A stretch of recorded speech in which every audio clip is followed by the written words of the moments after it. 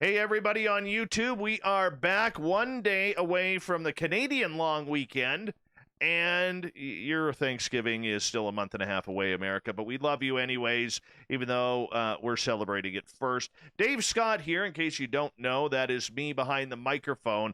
And tonight, do we ever have a legend for you? Ronald Morehead, the man, the myth, and the legend all rolled into one as he, in the 1970s, recorded the very, very Peyton, famous. you're 25 and broke. Oh, what's going on there? The very famous Sierra Sounds, which we are going to break down for all of you tonight.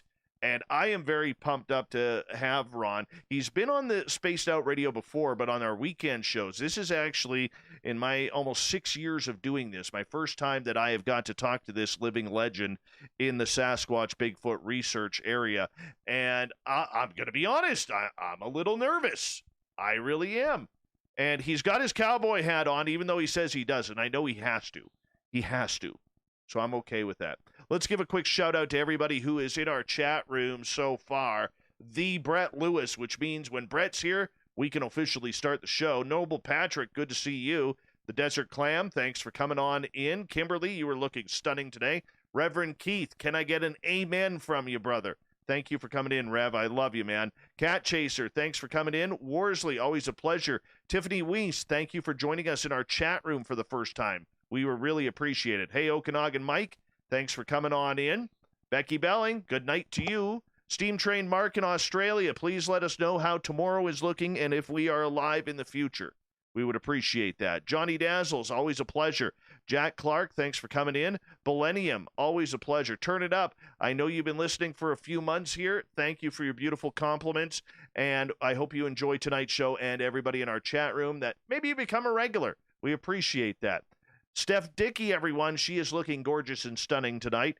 Nate Foote, how you doing, brother? We got a good one on here for your Bigfoot extravaganza tonight. Chefist, always a pleasure. Always. Thank you. Lord of Land, thanks for coming on in. Pam, you're looking beautiful tonight. Chocobo, always a pleasure. Strangeland, thank you for coming on in. Ibarata, good to have you here again, my friend. Thank you. Big Dog, thank you so much for the super chat right off the bat. Thank you so much. Bigfoot Michigan Rob, we appreciate you coming on in, and the crew at Scoreboard. Hi, Brittany, if you're listening on in. Jenny, thank you for joining us, you gorgeous devil, you. Lord of Land, Fapster, Renee, hi Sandra, hi Sandra, hi Sandra. Hey Rich, good to have you here. It's just going to continue. They're just piling on in for you, Ron. They are piling on in for you. Well, that's great. I'm glad. It makes me feel really good. Thank you for the introduction. Oh, well, we'll get to the regular show here in about a minute and a half. That's where I actually try to get serious. And I'll put on my radio voice because I'll be honest with you, Ron, I got a face for radio. So being on this television screen here on YouTube Live it's not attractive. Not attractive whatsoever. Should I be on video right now? Or No, it's just me. You're just audio. You're just audio. I thought so, yeah. Yeah. But, yeah, I'm not a pretty face. I am not a pretty face. I can admit it. I can admit it. Oh, let's go here. Kimberly, thank you so much for the super chat. I love you. Thank you for your great support. Hi, Vintage Beard. Good to have you here. John Hudson, how's your Stetson? Are you wearing it right now? I hope so. Chris Jarvis, good to see you. Princess Denali, the official royalty of Spaced Out Radio. Good to have you here. We're about 30-some seconds away here, everyone. And who else we got? Big Dog, thank you once again for the super chat. Great Lake Sasquatch, good to have you here. And all the Sasquatch groups are coming on in. Warden Dragon, thanks for joining us. Jesse Peak, a pleasure. Ah, yes, we have a legend tonight, people. A legend tonight in Ronald Morehead, and we are going to have a lot of fun. Felix, good to see you here. Thank you for coming on in. Voice like yours, you should have got into radio too back in the day. No, I'm just saying. I'm sure you heard that one before. I have, yeah. I have heard that. Thank you, though. I got to watch out for the ego here. You're building me up pretty good.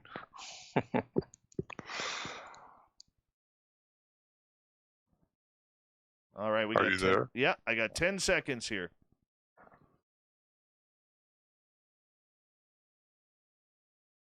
And here we go, boss.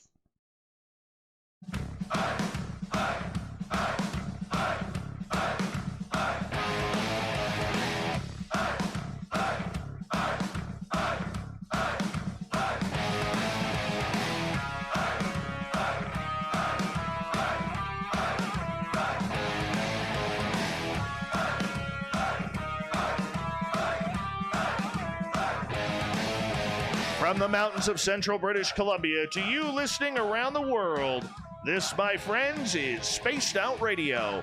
I am your host, Dave Scott, sitting in the captain's chair of SOR headquarters.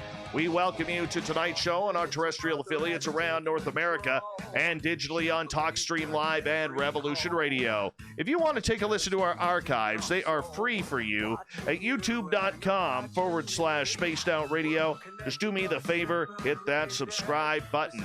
Our website is spacedoutradio.com, where we have a plethora of features for you, including rocking out to Bumblefoot and reading up on Captain Shirk's SOR Newswire. Follow us on Twitter at Spaced Out Radio and on Instagram at Spaced Out Radio Show. Tonight's show is brought to you by Chive Charities. Help make the world 10% happier by visiting Chive Charities today. You can find them on our website.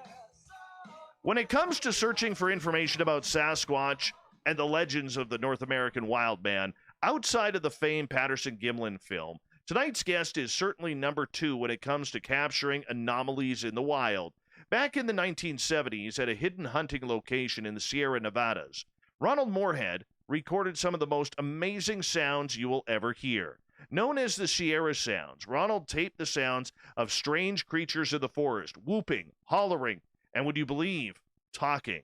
He's a good friend of David Paulides as well from the Missing 411 series, and you know we love David around here. And tonight, it is my pleasure to introduce all of you to Ronald Morehead. Then at the bottom of hour number 3, I will be bringing you the SOR Newswire, brought to you by Paranoia Magazine. Mr. Morehead, it is finally a pleasure to get the opportunity to interview you on Spaced Out Radio. Thank you so much for not only being a living legend in the field of Sasquatch, but for coming on this show as well. Well, Dave, thank you. I appreciate your invite, and I'm honored that you have me on. Thank you. Now, previous to all of this, what was your knowledge of Sasquatch? It wasn't. I didn't think one way or the other. I heard about the Bigfoot up in Bluff Creek in 1967, but didn't give it much thought. And really, it was a hunting camp, so none of us were really looking for Bigfoot when we were up there. It's 8 miles in the wilderness, and so I really didn't have any preconceived ideas of it one way or the other. You didn't believe in it. You didn't really care about it. It wasn't a topic that really interested you, but you were an outdoorsman. How long had you been hunting up until that point? I hadn't been. The hunters, the Johnson brothers, hunted up there since 1958, and they came out with this unusual story, and I was friends with them and friends with the other hunters that were in the group. There were 5 of them, and they came out with this story. And of course, I hadn't heard the story, but when they went back up to hunt to see what was going on, they were late coming back. One of the guys heard it for the first time, one of the hunters, and he got scared off. He wouldn't go back, and he wouldn't go back by himself, but he needed to go back to check on the guys, because at that time, Dave, we didn't know. You didn't know if they were a monster going to eat you, or if they were arguing over the salt and pepper they're going to use, or just what's going on. It was quite a story, and I jumped at the chance to go back with him because I wanted to find out what it was all about. Plus, I was friends with them all, so I kind of got the knowledge of where the camp was, and it was quite a trick in there. He about killed me getting me in there. I was in good shape, I thought. But it's 8,400 feet elevation, and it's, like I say, 8 miles in the wilderness on a very imposing area. So anyway, I got up there. The guys were okay. They hadn't been carried off their sleeping bag, nothing like that. So they were ready to come out, and I ended up coming out. Thank goodness one of them let me ride a horse, so that was good. Well, I got to ask you in regards to this, because you said you really knew nothing about Sasquatch and the legend of it. Yes, everybody had seen the Patterson-Gimlin film up at that point. We thought, you were on one or two sides. It was either, wow, this is incredibly real and scary, or what's that dude doing in the monkey suit? That's the way it was back then, correct? Right. Yeah, you don't know. And, a lot of people criticize that. Even today, they still criticize it, which is it's kind of strange to me because it's been studied only second to the Kennedy assassination, and it's been shown to be legitimate. You could not fake that film. And the Russians believe it 100%. You still got the skeptics over here that say, "Oh, it was a guy in a monkey suit." Well, no, it was not a guy in a monkey suit. A guy in a monkey suit does not have those proportions. A guy in a monkey suit wasn't 7 foot 3 inches tall. Things like that just don't add up. And so anyway, didn't have it. Didn't think about it that much. I mean, I didn't believe it or disbelieve it. It just was kind of something you put on the shelf and think about it when the subject comes up again.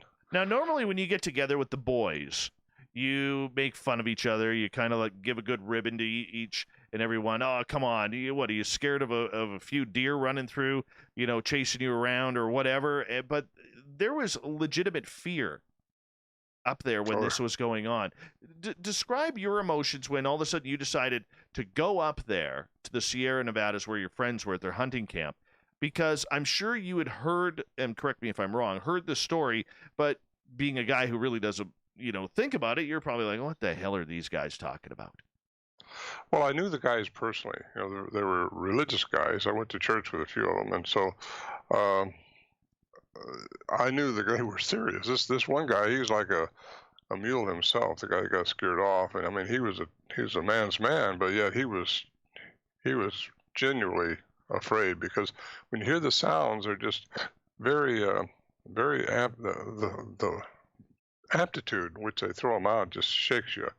That's one thing you can't capture on the tapes that we use, the cassette tapes we were recording up there. So, but when you hear them right there close to you like they were, and making these sounds that they just jar you, and they beat on their chest, and it's a hunting camp, so we're all armed, heavily armed, and really ready to shoot our way out of there if we had to. But they didn't break through the little shelter that we had, and we didn't shoot at them. So therefore, it just kept happening over and over, and this went on for a few years. And that's what's hard for some people to believe, is how come you didn't get a picture or something like that, which we can talk about later. But we tried to trick them. We underestimated what they were dealing with. We thought they were just some ape out in the woods, something like when you see their sizable track and hear their sizable voice and get glimpses of them, rarely, but occasionally you do, and it throws you a little bit, and it gives you another sense of what's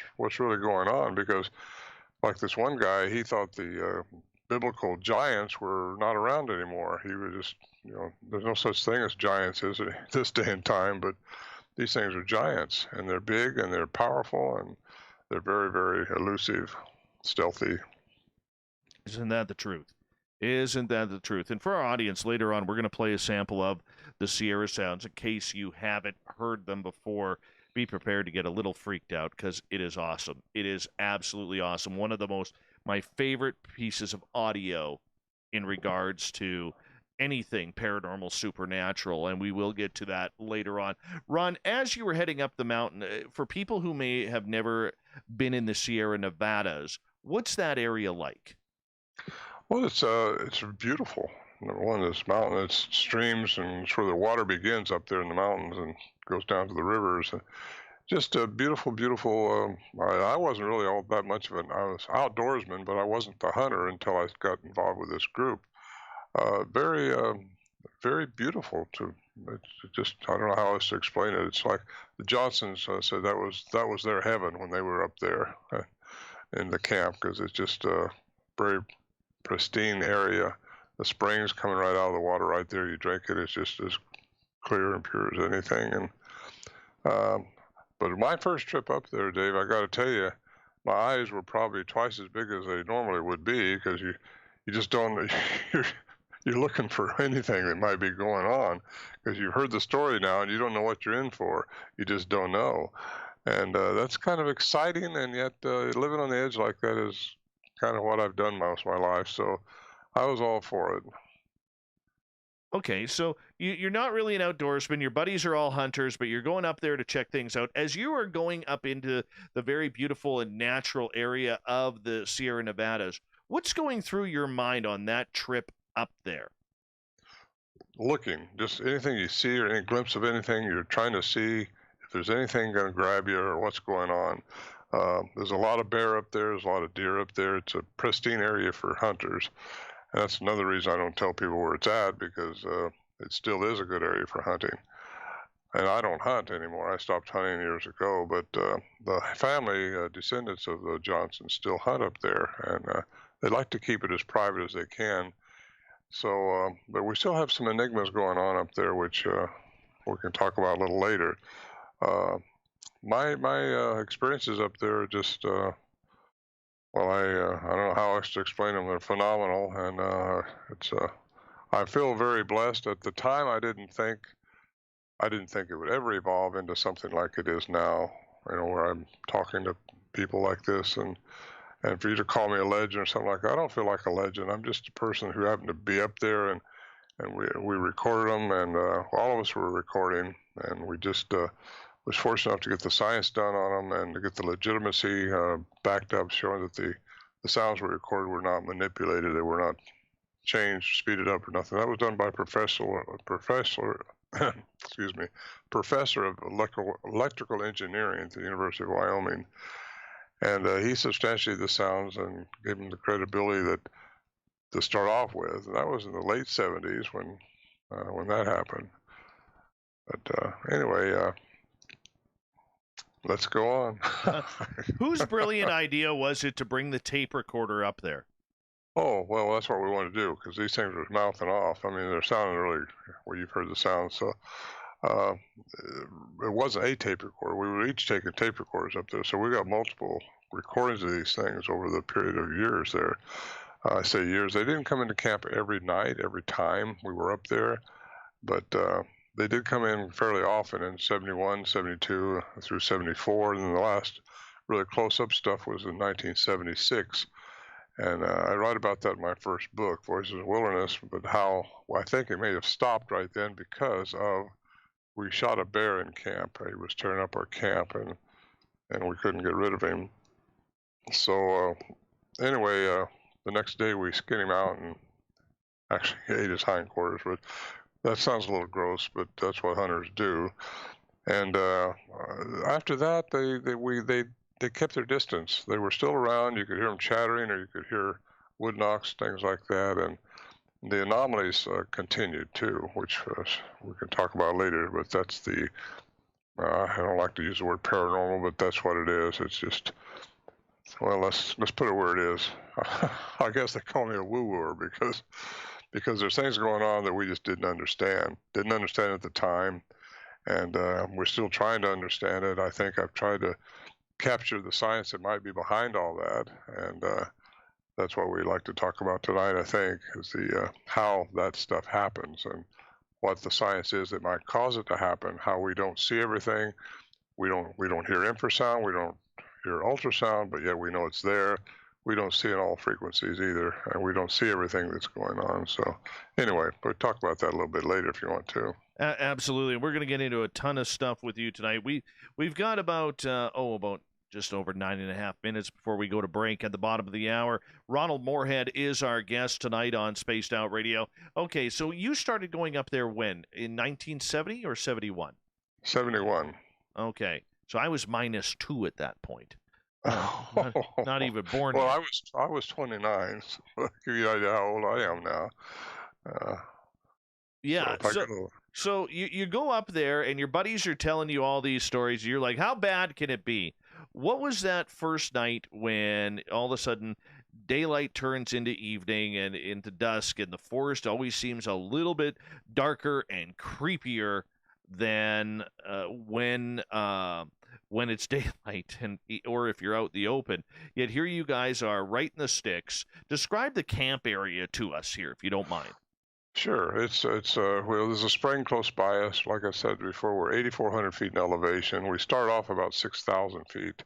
That's the furthest closest you can drive on this dirt road.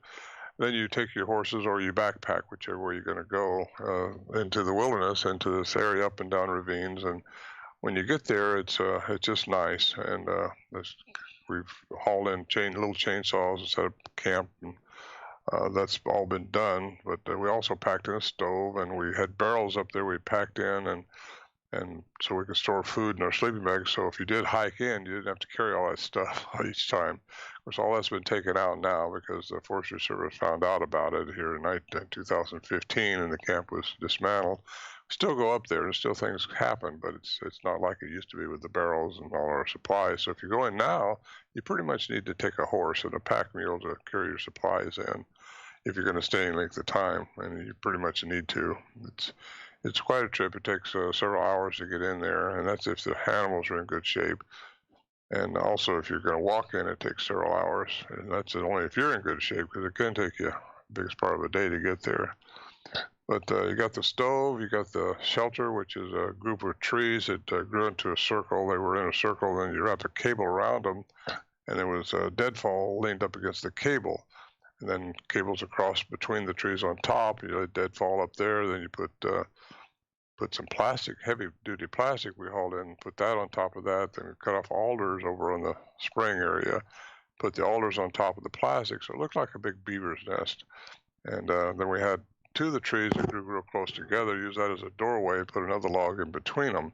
And that was how we opened and closed and got in and out of the shelter, which we thought was questionably safety. We didn't know, but as big as these things are, I don't know if that shelter would have kept them out. I'm quite sure it wouldn't have, actually, if they'd have chosen to come in. But again, we had guns, and we were ready to cock and ready to go if we had to. We was going to shoot a way out. Might have all been deaf by now if we had to do that, but it didn't happen. And actually, I think we almost became relaxed with them. And you'll hear in the recordings, which I've produced and allowed to go out, is how friendly we were trying to get with them, and even my interaction with them in 1974 when they started yelling at me. And that's what makes this story so hard to believe. And I tell you, if we didn't have the science behind it and showing that even the retired Navy cryptolinguist who studied them also in 2008, and he says they have what we were dealing with has a spoken language as we speak now. And that's unique because only humans are supposed to have the connection with your hyoid bone, the nerve connections to the tongue and into the brain, which gives us our sapient talk and our sapience actually. These things, according to Dr.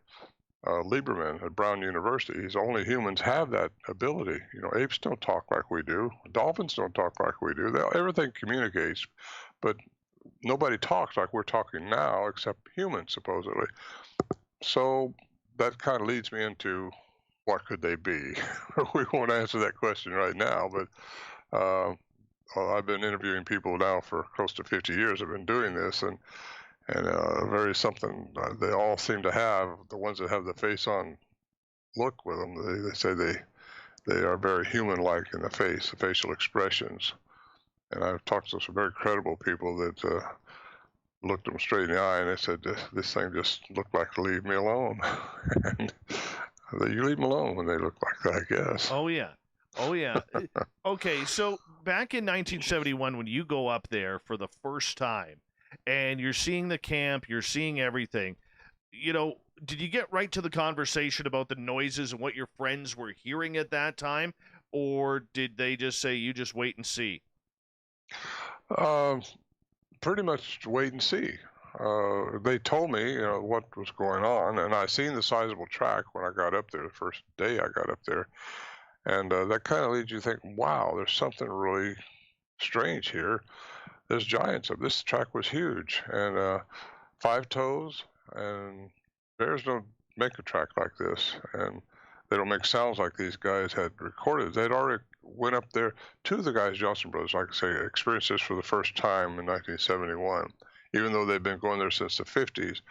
Things that happened before, they just related it as a bear or something. They never really put 2 and 2 together until they had this encounter that one night in 71 when they think one of them got burnt on the stove that was there, and the teapot that was there. That's what Warren Johnson seemed to think anyway, and he started making a big commotion out there, and it scared them a little bit because they knew it wasn't a bear. And when it all stopped, they went out there with their flashlights, looked, and in the mud next to the stove was this huge track. And then they knew they were in for something else. So they ended up going out and telling the other guys who were also hunters about it. They all went back up except for me. And like I say, the one guy heard it that night, and he just got freaked out. He left a note and said, "I'm out of here." And you don't go out in the nighttime, so he waited till the next morning. But according to Al Berry, he said that according to the other guys, he said he was just holding his jaw to keep from chattering. He was so frightened. And this guy's a big guy. He's not a wimpy cupcake guy. And I just you got to believe him when they talk, because they're all serious guys, but they're man's man. I gotta say that. Johnson's, yeah, go ahead. For people who've never spent time out in the wilderness, and up until I moved into central British Columbia, I was a city boy. And the one thing that I have learned very quickly here is how small you are in the forest to absolutely everything. It doesn't matter whether it's a deer, a rabbit, or something bigger like a bear or a cougar or a moose. You're very, very small. Then you get the trees, and you get into areas where it can be extremely frightening and extremely dangerous. For people who have never been out in the wilderness, I don't think they can really comprehend how dangerous out there it is, let alone when you have an anomalous creature all of a sudden coming around camp. I found the most dangerous thing in the woods is another human somewhere. It's not the bear. It's not because most animals don't want to deal with you unless they're really hungry or something. That'd be a bear. So it's something that I used to like camping, but I never was a hunter until then. So I don't think people should be afraid to go out in the woods. They just need to be aware that there's other things out there, because it's beautiful, and it's a shame if they are fear, because fear will hurt you. I try not to have too much fear, because it's something you've got to control, and it's just something that's it's your enemy, really. And so if you're out there with a fear in you, you're not going to enjoy the natural environment the way it is. And as you know, being up in Canada like I am here in Washington State, it's just gorgeous. I mean, the trees, the mountains.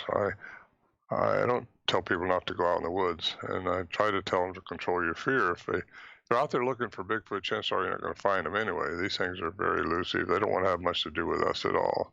For some reason, they interacted with us in the Sierras there, and I, to this day, don't really know exactly why. I've got my ideas, but I try to encourage people to just do what they normally do. And if these things want to interact with you, they will, because their terms and their time. You can't make something happen with them. Patterson and Bob Gimlin got lucky with the filming. We evidently got lucky with the recordings. Very true. Very true.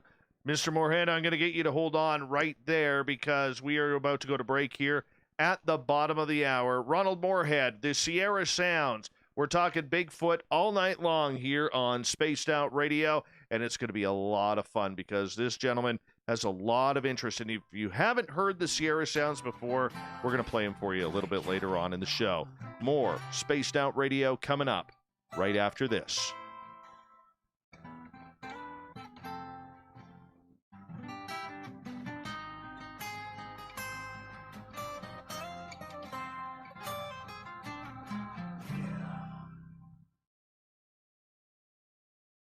All right, we're clear. All right. Let's see here. Try this. Dave, I rattle a little too much. Just pull me in. No, I'm usually in bed by right now. So. I am enjoying this. Don't you make me turn that away. I am enjoying this way too much. Way too much. Good.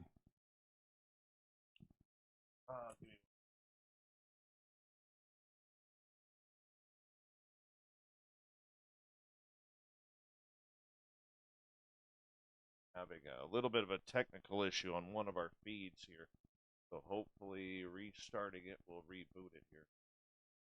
And yeah, let's try that. Corrance, do you want to check the Spreaker feed and just see how that is? Yeah. And the audience, just as a reminder to you, the audience, we're still hot on mic on YouTube, so they can hear our conversation. And kind of hanging out here.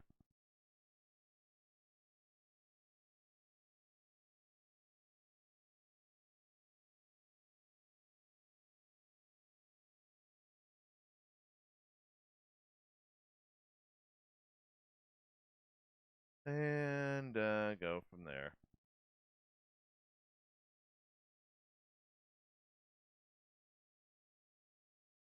All right.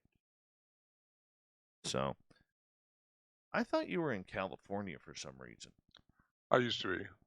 I moved up here to Washington. I'm on the Olympic Peninsula, across from Vancouver Island. Oh, okay. You're nice and close. Yeah, not far. Yeah.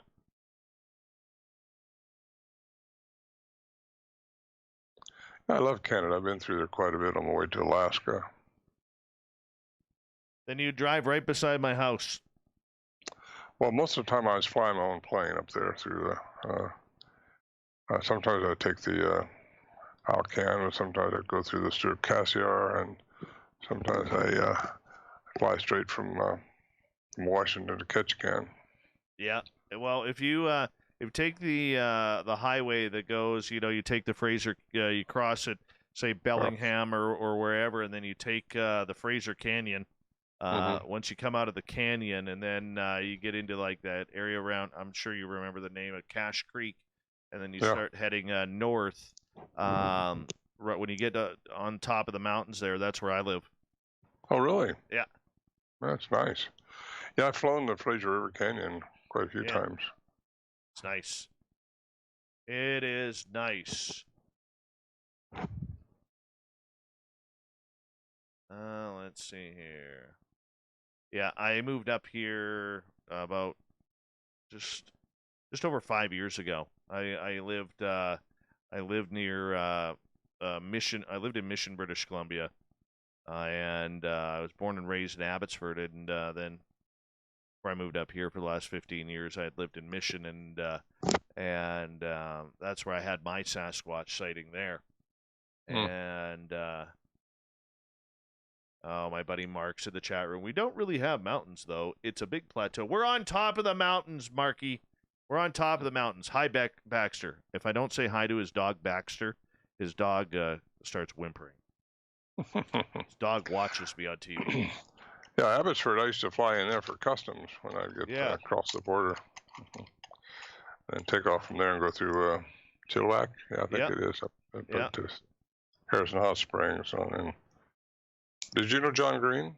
I did not. I didn't get the opportunity to meet him. I did meet John Bindernagel a couple in 2015. I met him. Yeah, I went to Russia with him and in Siberia also. Nice guy, and I've known him for quite a few years. It's too bad he passed away. He was a very open-minded scientist. Hard to find. Right. But he would listen to you. He never. Well, Jeff Meldrum too, I'm sure. Yeah. Yeah, they're both raised in a discipline. It's hard for them to discuss outside that disciplinary parameters they have. And I know we've talked when I was over there with both of them. The Russians took us over there to speak in the Moscow Darwin Museum, National Science, and then they took us into Siberia where the wild men had been seen. We drove us way back in the middle of nowhere. So a lot of fun. He's a fun guy, John was. Absolutely. Hold on, my friend. We only have about 10 seconds. Big thank you to Lee, Kimberly, and Big Dog for the super chats tonight on our YouTube. Thank you so much for that. Really appreciate it. Hi, Robert Two Crows. Here we go with the second half hour.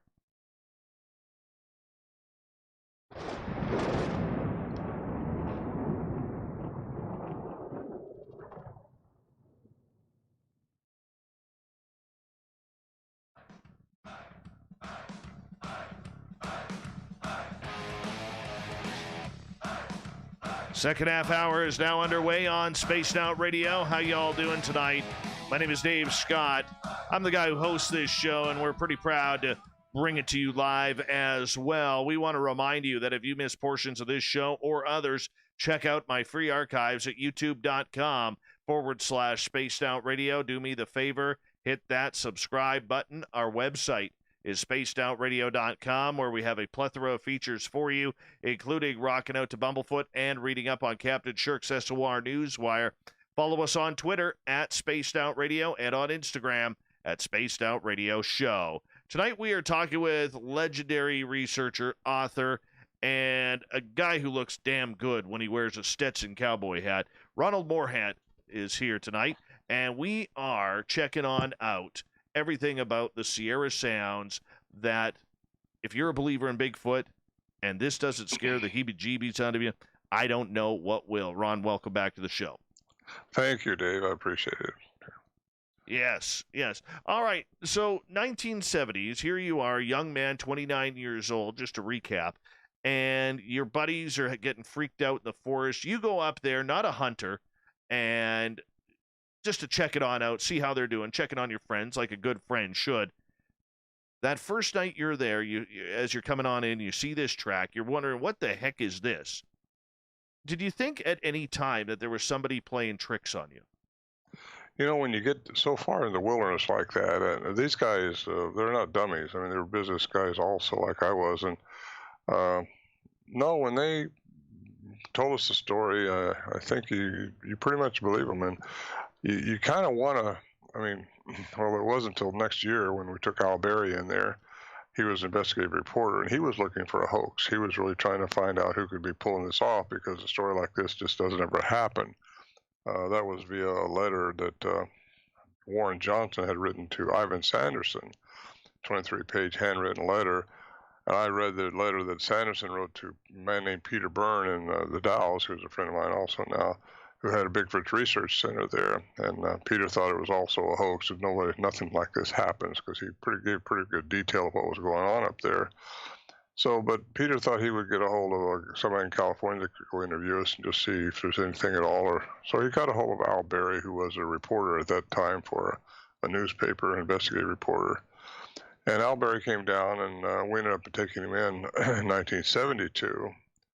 And he was still looking for a hoax, which we didn't know that. But found out later on, when we became friends with him, that he was going through our packs looking for who could be pulling this off, and looking for any signs anywhere that how anybody could do this way back in the wilderness like that. Because first of all, they'd have to know when you were going in. Second of all, it'd have to be one of us, because that's the only ones that knew where it was. And the only tracks, the only sign they left were their tracks. How could they pull that off? So he was still trying to figure out how this could be done. That's why he worked so hard trying to get the science behind it. He fostered the science that was done at the University of Wyoming on the sounds, showing that they were legitimate. He knew the importance of this. We didn't. You know, when you've seen some of the anomalies, some of the strange things going on also around these things, you kind of just shoved it when you scratch your head a little bit and, well, okay.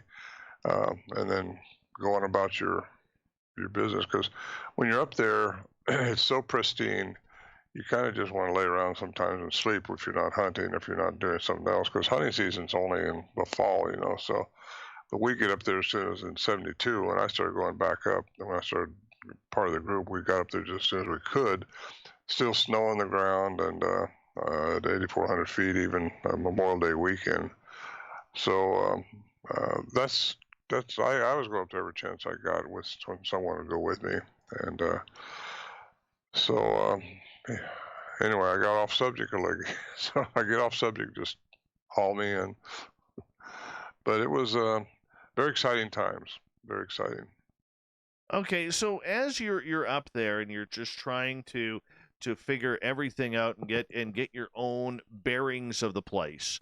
You know, camp is already set up. You know, there's enough food. You know, there's enough safety with guns and ammunition up there because it's hunting season. And yet, all of a sudden, when you were first there, did you get up there in daytime? Did you get up there in the evening or night? We got up there in late afternoon. We left early that morning from the valley floor and drove up as far as we could drive, and then started walking in right away. And that's what hurt me, because I was down used to sea level. So I walked in. I didn't spend the first night there. We walked in, and the guys were already packing up to come out. They were a day late, but they'd had some stuff going on the night before, these beings, whatever they are. And so they were ready to come out. So nothing had happened to them. And my legs were like jello. I mean, it was got taxed like that. You know what I mean? And fortunately, Bill, my good friend, Bill McDowell, he let me ride his horse out. And hadn't been for that, I'd have probably, I don't know, I'd have made it. It was so, and I thought I was in pretty good shape. I mean, nothing could hurt me then, those days, but that hurt me. And so the first time I saw the track, but we did not spend the night because the guys were ready to come out. Went right back up as soon as we could, and as soon as I could, as soon as somebody go with me, and we just started experiencing the things, and we took tape recorders in, and that's just the way it went. That winter, after the snow hit, we couldn't get in there anymore, so that's when Warren Johnson wrote the letter to Ivan Sanderson. That's when I got my guns, got everything, my horses, I got everything ready for the John Wayne movie. You know, I'm ready to go up there, and that's what happened. And I started shooting. I was a marksman in the military anyway, so I wasn't a hunter, but I was a good shot. So I got everything I needed to be part of the group, and became part of the group. So I started going up there early, as soon as we could get in with the snow had let us, and just started experiencing these things more and more. And that's 1972 then, and you're still trying to get a handle on it. You know, trying to get a jump on it, trying to something so you get more information about it, because all they do is make the horrific sounds. And Al Berry, who we ended up taking in 72, he set up his recorder too and got some really very clear sounds. And he's the one that fostered the studies, like I say, Dr. Curlin at the University of Wyoming, year-long study showing the sounds were not manipulated. That was very important. Now, we didn't realize how important it was. You know, we take these cassettes up there. You know, that's all they had in those days. And we'd come back home and transfer them to a reel-to-reel and use a cassette again. You don't do that if you're going to have them studied. Al Berry knew that. He used a brand new cassettes each time, and he'd turn them on before the sound ever started. I mean, just in case it started, you wouldn't miss the part. Or we'd wait till the sound started, then turn the microphone or turn the recorder on and start recording, so you miss a few seconds of it. And just stuff like that. We were pretty passive about it. Again, we didn't realize the significance of it, like Al Berry did. He had a master's degree in science, so he said, you know, you just got to figure this out. And so anyway, get back to your question. I didn't spend the night there. The first night I went up there, we came out, then I went back up with somebody. I forgot now who, but probably Bill McDowell. He was my good friend. I got to know, that first night you stayed up there, how tense was it?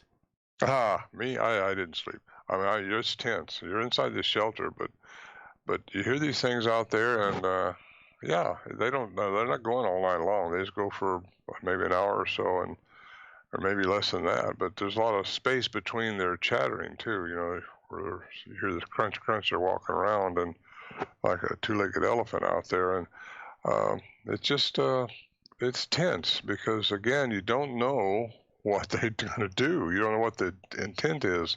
Because when you hear the sounds, the very aggressive sounds that we recorded in 1971, 72, it sounds like they're really pissed off at something. And they wanted that territory for themselves, wanted to scare us off. We don't know. We just don't know.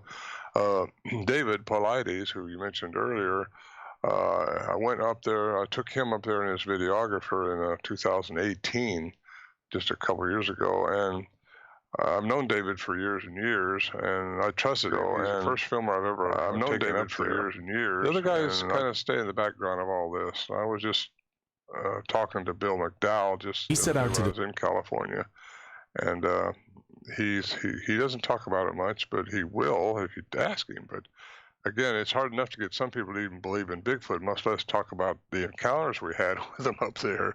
It's just hard to get your head around sometimes, because some people just see these things as a glimpse going here and there and everywhere, but we had more than that going on. So anyway, I forgot where I was now. No, you're doing great. It was a good run there. Good run there. But, and thank you for bringing up David Paulides, because, he used that part of the series for his Missing 411 Hunters documentary, which was absolutely fantastic, by the way.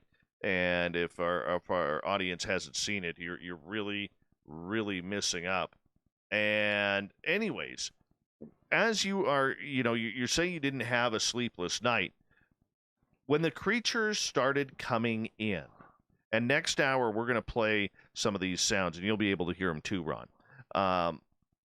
What did it feel like for you emotionally as a human being when all of a sudden the whooping, the hollering, the absolute noise coming through is happening here at this time? And it was exhilarating. You got a kind of a cross between excitement, exhilaration, and fear all at the same time. If that makes any sense. I'm not sure which sounds you're going to play, Dave, but if the whooping that I recorded, which I think, if that's what you're going to play, was done in 1974, and by then we'd realized they weren't going to eat us. They weren't throwing rocks at us. They weren't really doing anything aggressively other than just coming around and toying with you. And they do toy with people, by the way. They'll play with you. And we were trying to be kind of having relaxed but fun at the same time up there. Very sober camp, too, by the way. I mean, didn't haul beer or drugs or nothing like that. And it was just exciting. And that's the best way I can explain it.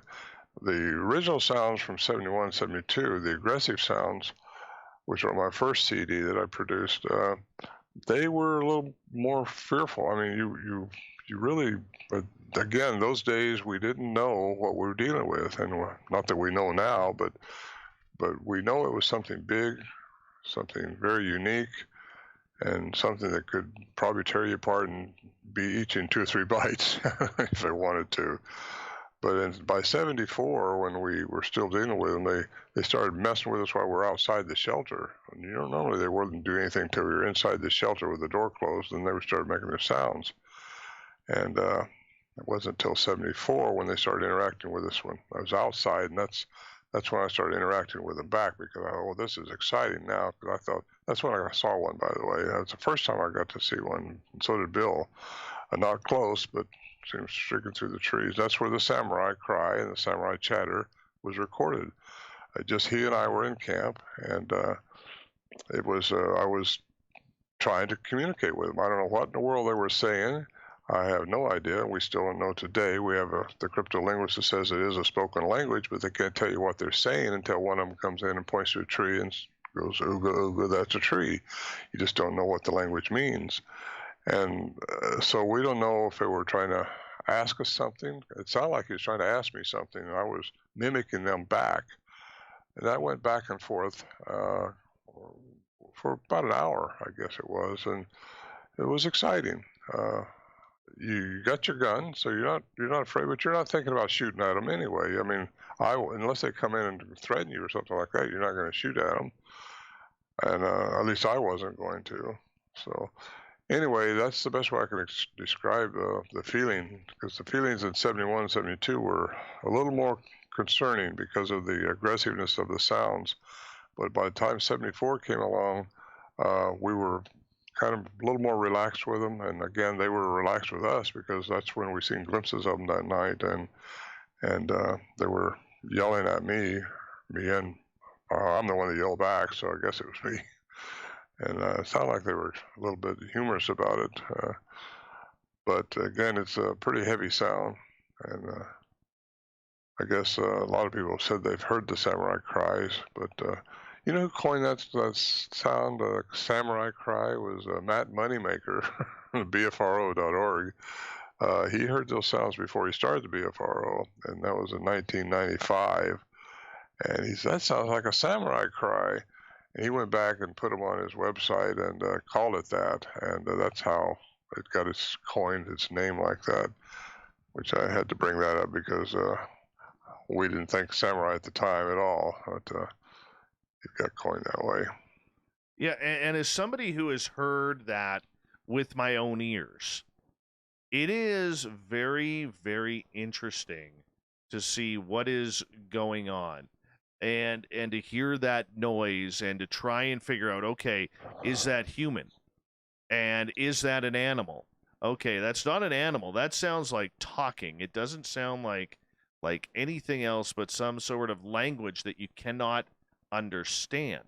And I just do not, I crave to hear it again. I do. I would love to hear it again. I don't know if I'll ever get that opportunity to do so, but for you, when you realize that at that point, you had the aggressive sounds in 71, 72, but later on, it was almost like they were trying to almost converse with you guys. Was there a point there where you thought, this is some sort of strange interaction rather than territorial marking? Yeah, I didn't. At that time, I didn't think it was territorial at all. I thought they were just wanting to say something to me. And in fact, the cryptolinguist says the same vocal mechanism that did the 171, 72 was the same vocal mechanism in 74. However, he thinks they were slowing their rapid chatter down to possibly something we could understand, and I wasn't understanding it. So maybe that's what made it sound funny to him or something. I don't know, but they were having a good time with us that night, and it was certainly exciting for us too. But it was an interesting night. And second night it started up again, but and talk like that. But the other guys came walking in, and Lewis Johnson, who was Warren Johnson's brother, he was frustrated by then, because you can't get it's like nailing Jello to the wall. You just can't get a handle on it. And he got up with his rifle and his flashlight and started shining his flashlight around when they started doing the whooping sounds, and that stopped it for the whole weekend. Nothing else happened. And that's something I caution people. Just don't shine a light when you get up. If you hear sounds, there's a lot of telltale signs that you think they're around and you can talk about, but the best thing you can do is nothing. Just be yourself and be still and let it happen, because you're not going to make it happen.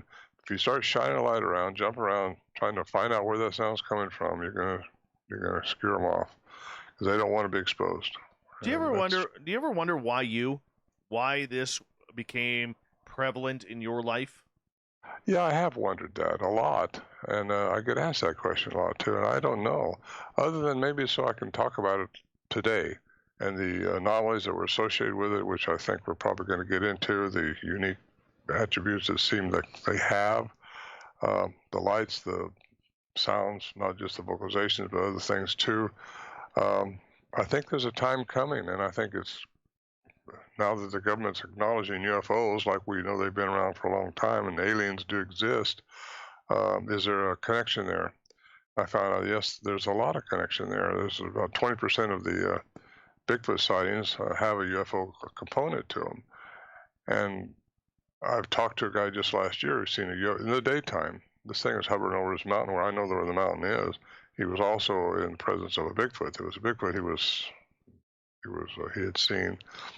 And there's more to that story too, but it's a very credible person. He didn't even want to tell me some of this stuff, but he said this thing's been going on now for a few years up there with him, and it's probably with the way the crow flies, 15, 20 miles from where our camp is.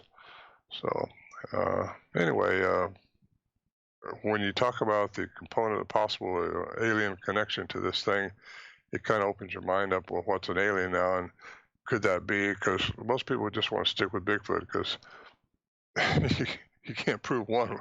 It's like trying to prove one mystery with another mystery, However, UFOs aren't near the mystery that they used to be. Now that the government's acknowledged them, now it's been filmed of them. So somebody's flying those things, and if there is, and I think it was in the Huffington Post, they reported in 2012 that in 1888 was the first report of 3 crazy bears getting out of this moon that came down from the sky. And there's a rancher and some Native Americans reported that, and that was in the Eureka paper in 1888. So that's the first UFO reports of possible alien connection with these things. And then you've got all these other ones, like I've been interviewing people for years now about this, and yeah, I think there's a component there which, well, get into that as soon as you want to.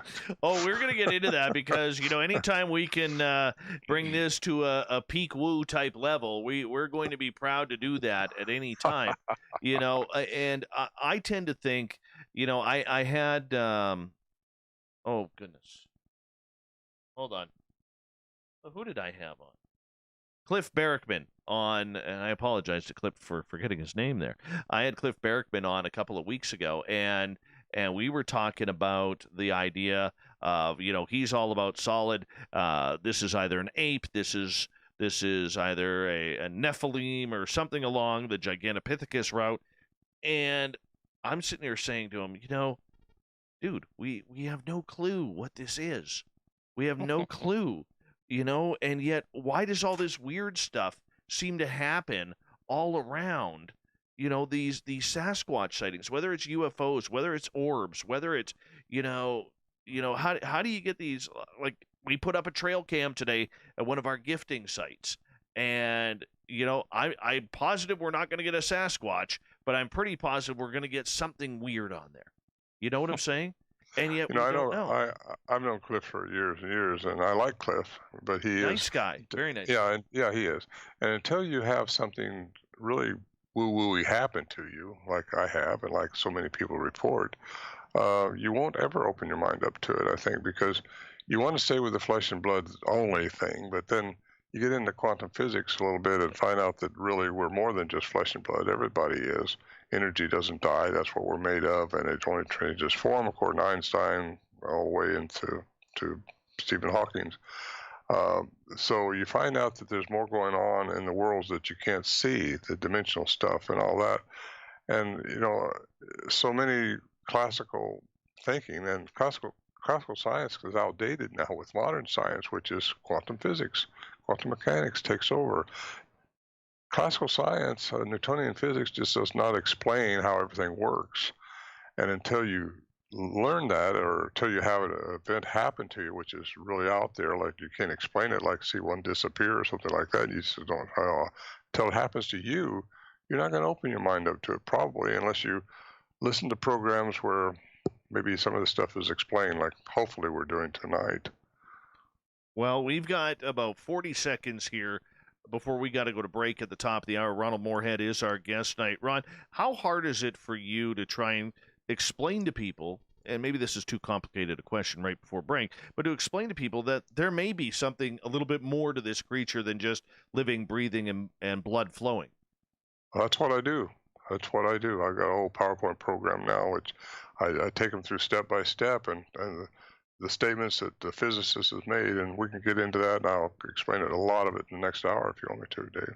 Yes, absolutely. And we're going to play some of the Sierra sounds as well. Ronald Morehead is our guest tonight on Spaced Out Radio, and I got to tell you, we are in for a real treat tonight. The stories, the experiences, next to the Patterson-Gimlin film, I think the Sierra sounds that we're going to hear here in just a little bit are probably some of the greatest evidence that we have in regards to proving the existence of Sasquatch and Bigfoot. I really do. A lot of people may say, well, that's an edited recording. That's because they've probably never been out of the city before and heard nature and wilderness. Ronald Morehead on Spaced Out Radio continues right after this on the Mighty SOR.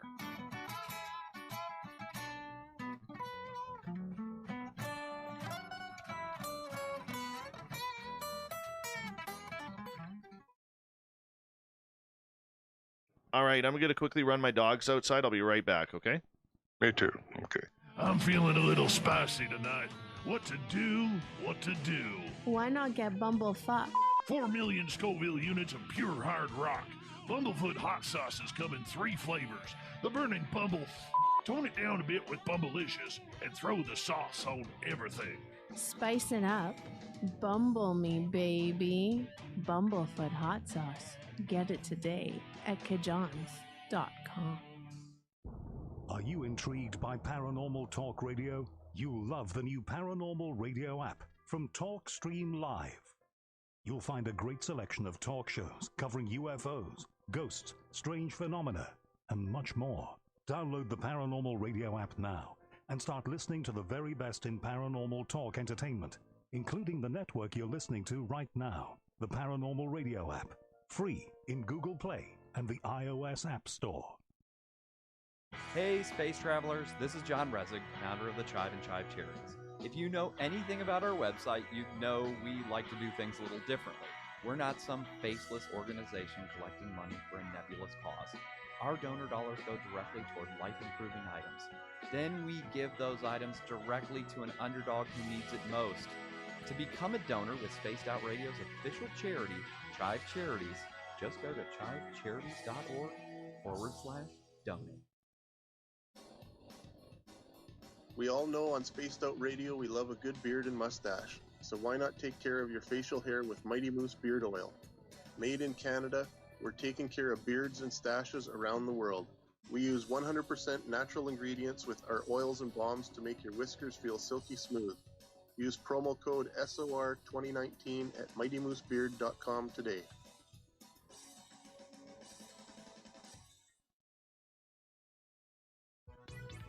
Hello, space travelers. It's me again, Carl. Don't forget to join the Space Travelers Club for just $5 a month, and follow Spaced Out Radio on Twitter at Spaced Out Radio. Our Instagram, Dave Scott SOR. Our Facebook page is Spaced Out Radio Show. Our archives are free at youtube.com/Spaced Out Radio. Come woo it up with Spaced Out Radio today. Bye!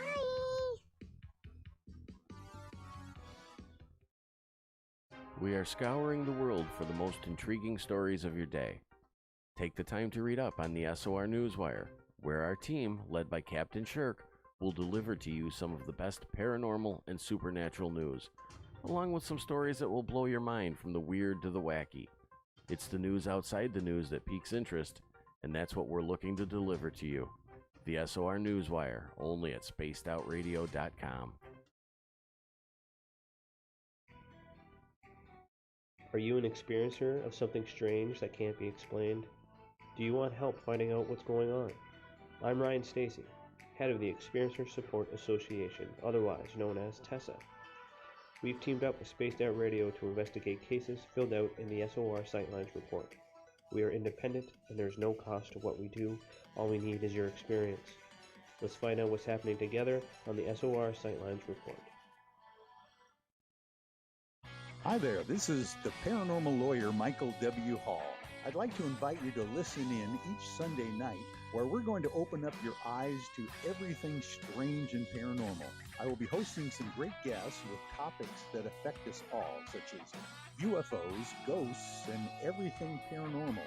Let's learn together on Spaced Out Radio Sunday with myself, Michael W. Hall, the paranormal lawyer at Spaced Out Radio. All right, my friend, I'm back. The party is always on at the Moose Vancouver. The Moose Vancouver. We've got just about 2.5 minutes. Visiting Canada's west coast. Open until 2 a.m. nightly, the Moose cranks up the rock while serving some of the best rated food in the city. The menu starts at $6.95.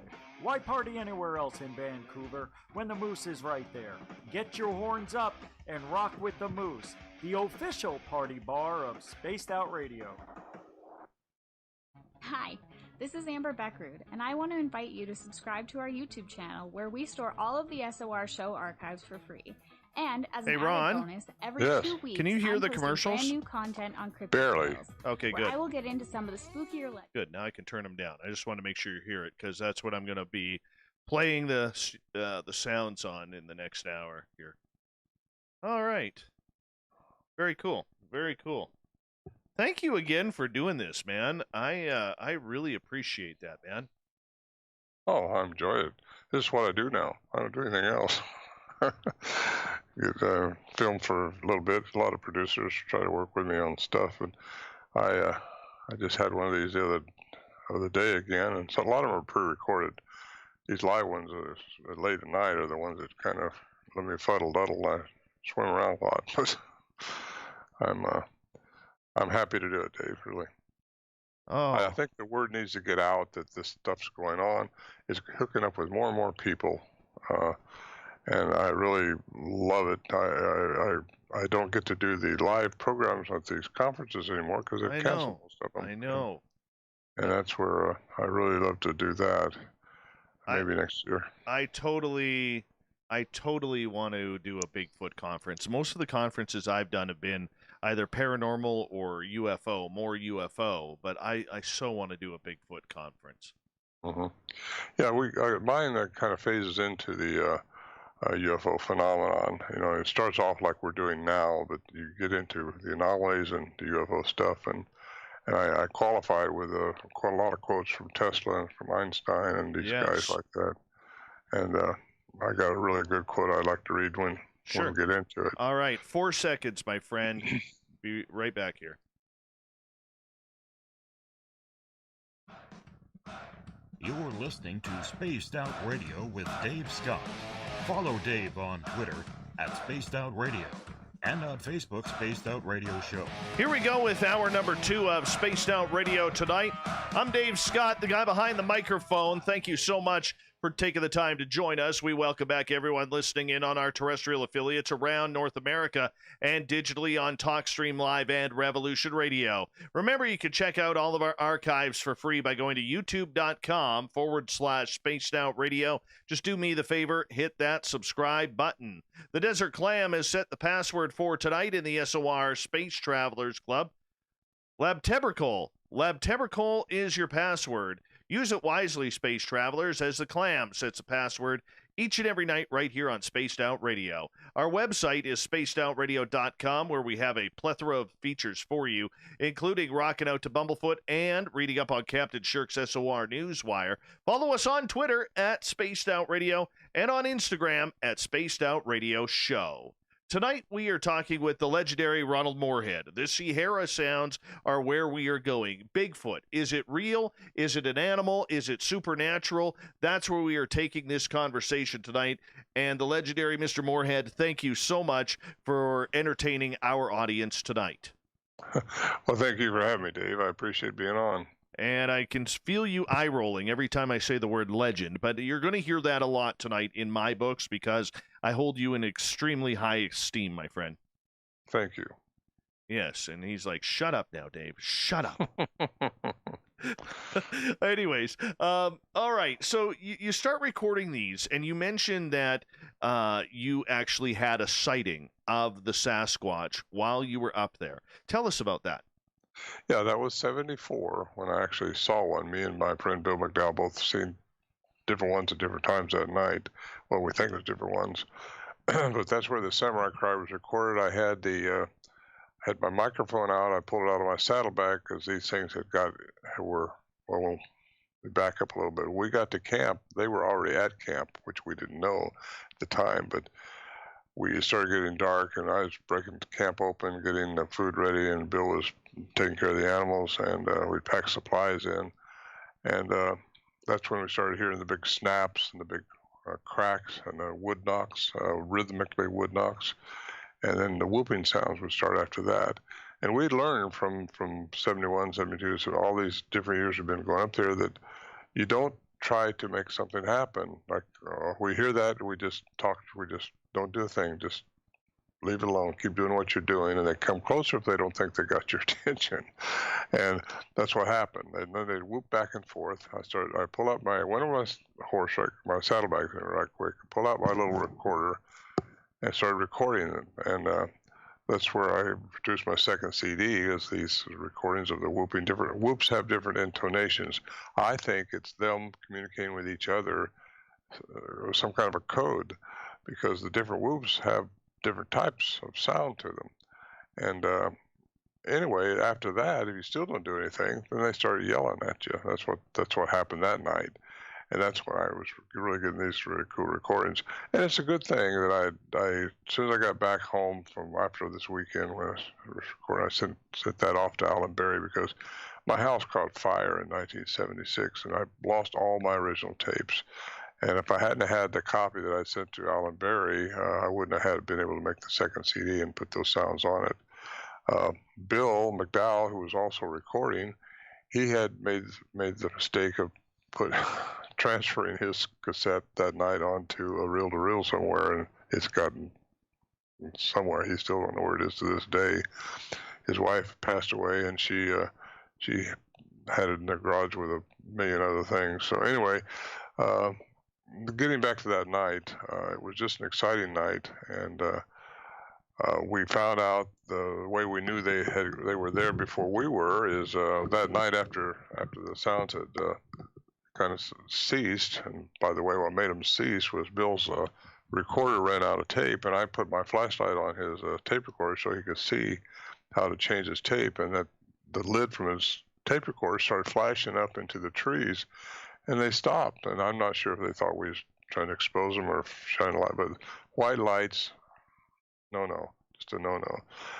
However, that night when we went in, took our rifles in, our hunting rifles, and he had inadvertently dropped the dust cover off his rifle scope, and didn't know of that until the next morning when we went out. I stepped open the locked door and looked out there and seen his dust cover laying in a track, a Bigfoot track, and it had not been mashed down. It was on top of the track, and so that means the track was made before we ever got there. It's off to the right of the shelter door. And then I started looking around, and up on top of the shelter, earlier that year, we had re-roofed the shelter with new plastic. We had fresh alder on top of that. And that alder, by the time fall came along, was dried up, but there was 2 fresh ones up there. And we found where those 2 fresh ones had been twisted off. They're about 2 inches around, twisted off over the spring. Now that takes some strength, and no human can do that. And they weren't cut, they were twisted, just like you would twist a toothpick or something. So whatever did that was strong, but that was like a gift to us. It's like they were, I think it was anyway. Just amazing we noticed that, but it was green, where the others were not green. And so that told us that they were there when we got there. I think, they saw us at the bottom of the mountain when we were packing up the mules to come in. It was about several hundred yards up the trail. As we started the trail, something really spooked the horses and the mules a lot, which didn't seem like a big deal to us because there's bear, there's deer, there's other things that could spook an animal. But something jarred them a little bit. And we just kept going. And then another hour or so up the trail, these switchbacks, we got up there, and I seen this huge track, Bigfoot track, right perpendicular to the trail. I could just stepped right there, like it's, and nothing else had been on that trail. We were the first ones on it. So I stopped. I looked at that. I took pictures of it. I thought, okay, we're in for something. Because what we heard down at the bottom might have been one of them, because you follow the ravine up from where the animals got disturbed, and it goes right to where that track was across the trail up at the top, almost to the top anyway. And so anyway, that was nice. And when we got to camp a few hours later, that's when it was just about to get dark, and Bill was doing what he was doing with the horses. I was trying to fix something to eat. That's when the wood knock started. That's when the whooping started, and that's when the interaction started. And that's when I got to see one that night. So there. That was my night in '74 when I got a glimpse of one. How long did that last? The whole night, or the glimpse? The glimpse. Oh, the glimpse was just a few seconds. I mean, it had made that samurai cry, and it shot down through the trees. It was a bright night. I mean, it wasn't totally dark yet, but it was still at 8,400 feet in the Sierra Nevada mountains with a million stars out. You could almost read a newspaper. And it went down to where we think there was an adolescent and a female. I think that's what was going on, because the samurai cry, I think, was a male. The male, we know there's a little one up there because we found the tracks, 9-inch tracks, along with an 18-inch track one time that we've recorded. And I recorded the little crying out of a little one that night. I got it in the CD that comes with my book, Voices of Wilderness. And it's a small voice, and you hear this bigger voice coming down. I'm like, no, don't get too close to these pinheaded humans, whatever. And it must have lasted 5-10 seconds, but they said they moved like a train. He so fast and inhumanly fast, and how he could move through the trees like that without no stumbling, no nothing, just like it was floating down through there, just really fast to where the other two were. There's 3 of them there that night. By the way, I want to tell you that our audience is absolutely loving you tonight. And we've actually tied a record for the amount of listeners we've had live on our YouTube channel and our chat as well. So thank you for that. And but I have a couple questions from our audience here in regards to the shelter and the camp area. What was that shelter like? If you could describe that you guys built. Sure. Yeah, it was well. First of all, it was just a group of trees and it kind of grew together in a circle, a big circle. We wrapped cable. Or I didn't, but the Johnsons did. Wrapped cable around it, and leaned deadfall up on the cables, a thick deadfall, a foot thick or so, and then strapped across the top cables, and then laid deadfall up there. Put plastic over that, and put the alder brush over that, so that would keep the rain out, keep us out of the weather if it snowed on us or rained or whatever. And when it started off in the early 70s, it was 5 of us generally up there, and we could all stay in there comfortably. But as time and the trees grew, 3 is about all you wanted in there. But then, like I said earlier, in 2015, it got dismantled, and the Forestry Service found out about it. They don't know about the Bigfoot, I don't think, but somebody turned it in. I think it was either one of the, well, I don't know who it was. So anyway, I didn't go up there. I didn't want to be associated with the guide service that we had to use, or they used. They took 9 mule loads out to take the barrels out and all the stuff that was been hauled in there over the years. I think Johnson was ready for Armageddon. Had survival stuff of all kinds over there. So everything is taken out. And again, I went up there in 2018. Last time I was up there with David Pilates and the 411, the Missing Hunters. And that's the last time I was there. Oh, man. And did you see that, Dave? I sure did. I sure did. Yeah, he did a real good job on showing the trip in, what it takes, and I think I got about 15 minutes in that movie, and he did a good job on his videographer. Mike was really good at that, and he interviewed me up there, and we talked a little bit about the anomalies. He does a really, really great job of what we saw up there in 2016, which was a light anomaly. Right. I mean, what he did there with that light going across there is just exactly what we saw, and it was really well done. All right. Before I get into any more questions, I'd love to play the sounds that I have here, if you don't mind. Don't mind at all. All right. I'm going to turn up the audio here. And this video, it's 4 minutes long, but I'll stop and start it because I know I'm going to have some questions here for you here.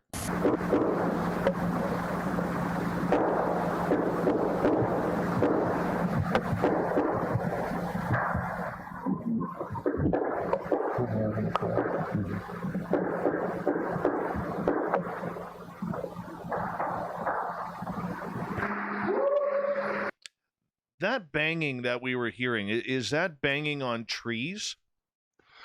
Yeah, I didn't hear it, Dave. Oh, you didn't get to hear it.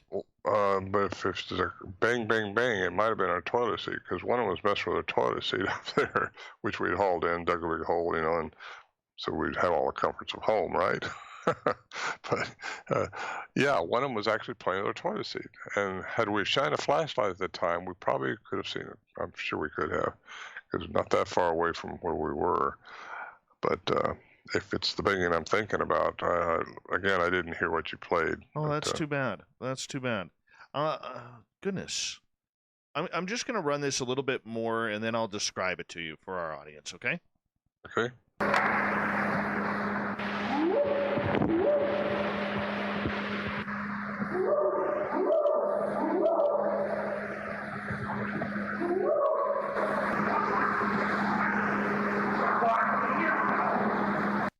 So in that segment, we heard the whoop, whoop type of sound, and it's going on. How far away is that sound from you guys at that time? Well, there was a whooping sound, but there was also, again, they were back and forth. So one of them, there's probably 50, 60 yards away in the trees.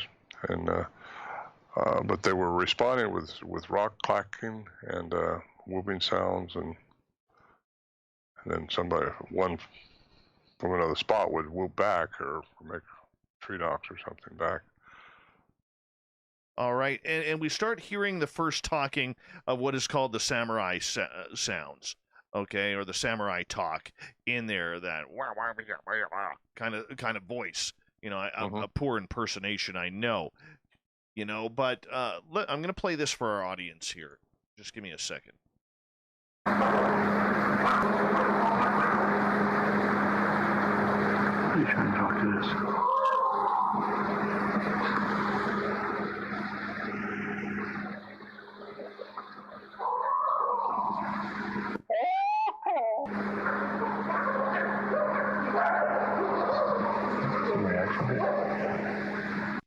Who's doing the mimicking to their sounds? Is that would be me? That would be me. It was you. I'm sorry. I don't know if I would have the. I'm just going to say, I don't know if I would have the balls to do that. I really don't. Like, at any point, did you not feel that you were almost patronizing them? You know, I don't think I was. I don't think I felt that way. I was just excited, and I just did it, and I don't know why, but I did. I wanted them to know that we acknowledge them. I thought they were trying to be friendly with us, and it sounded like they probably were, because it wasn't near as aggressive as the earlier sounds we had in the early 71, 72. And so it was one of those unique moments, and I felt like one of them was asking me something. They was trying to get me to respond to them, and I was mimicking them, which really I was just supposed to answer them, but I have no idea what they were trying to say. All right. I'm going to play this a little bit more because I want our audience, because there's a section in here which is so realistic to what my friend Merle and I heard out in the forests here in British Columbia. And every time I hear this, it just gives me the goosebumps. 1 second here, Ron.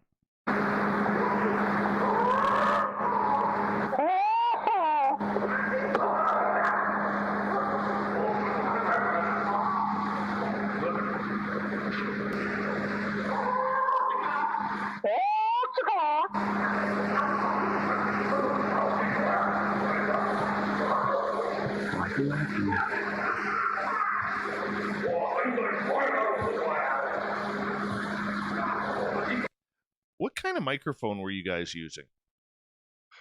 Oh gosh, it just whatever microphone came with that little RCA recorder that I had. I don't know. I don't know. I should know, but I didn't make notes of that stuff. Again, we were underestimating everything we were dealing with up there. Totally. Yeah, I mean, as we continue on here, and I thank you for. I apologize you couldn't hear it. I thought you could, but. Well, I heard earlier something you told me, asked me if I could hear, but barely. Yeah. This I didn't hear at all. Oh, I apologize about that. I really do. But in regards to the sounds that you guys were hearing, and they were about anywhere from 60 yards away up until right close. When you guys were in your protective zone in that area, did they ever come knock on the walls while you were in there? No, not on the shelter walls, if that's what you mean. Yeah. No, they didn't. But they walked right around there. I mean, I could have my headset on. I had a really good, originally had a really nice RCA recorder. When I took the mules in, I could really pack it well, and good 2 stereo microphones I stuck out each side of the shelter wall, one on one side, one on the other. I could put my headset on, and I could hear them walking around out there. And I had some excellent recordings that all burned up my fire, but boy, I wish I had those. But anyway, no, they did not hit on the walls. How would you have reacted if they did? Because, I mean, you hear the story from Mount St. Helens, those guys who were hunting and shot the one Bigfoot, then they were terrorized in their cabin for a 24-hour period. I mean, I couldn't imagine. Well, that was Fred Beck, and that was 1924, I think. And he claims he shot one. And, of course, they'd been dealing with it for a couple of years back in that mining area there at Mount St. Helens. And they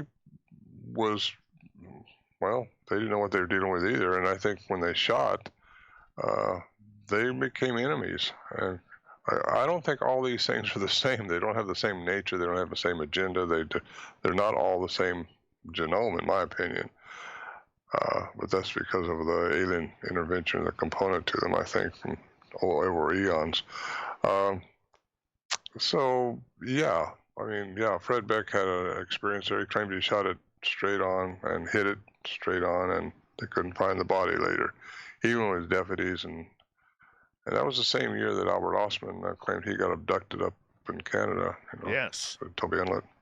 Yes, I love that story. I don't know how I would react to that, but as someone who's been chased out of the forest by Sasquatch, it is a little too surreal when you're dealing with that amount of power. What amazes me, Ron, and maybe you notice this too, is how quietly they can actually move in and out of camp and in and out of areas.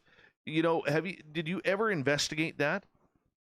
Well, the quietness is a lot of animals can do. They're stalking you or something. As far as investigating, I don't know what you mean by that, because it's just they're quiet when they want to be, and they're not when they don't want to be. That's like a mountain lion or anything. When they're stalking, they are heavy. They have a very density to their body. So when they do creep along, it depends on the ground they're on. But there was a lot of just pine needles were around our camp there. And you could hear the crunch, crunch. At least you could if you tuned it way up, like I did in my recordings that I had. Even Al Berry's recordings, I listened to those with my headset on and cranked up between the quietness where there was a pause, and I would hear the crunch, crunch, like he's walking from one tree to another. I don't know that, but that's what it sounded like. Then he would burst out. This one would burst out again with some more sounds, and so it's hard to hear that with your regular ear. If they're wanting to be quiet, they can be quiet. And of course, if they're, well, again, how they move around so rapidly and so uniquely is reported a lot, and I'm here to tell you they do. One of the questions that I have for you is in regards to the sounds and the voices. Did you ever take those tapes to any First Nations elders or American Indian elders or tribes to see if they could understand the language? Yeah, well, they've heard them. I mean, over the years, I've spoken to a lot of these tribes.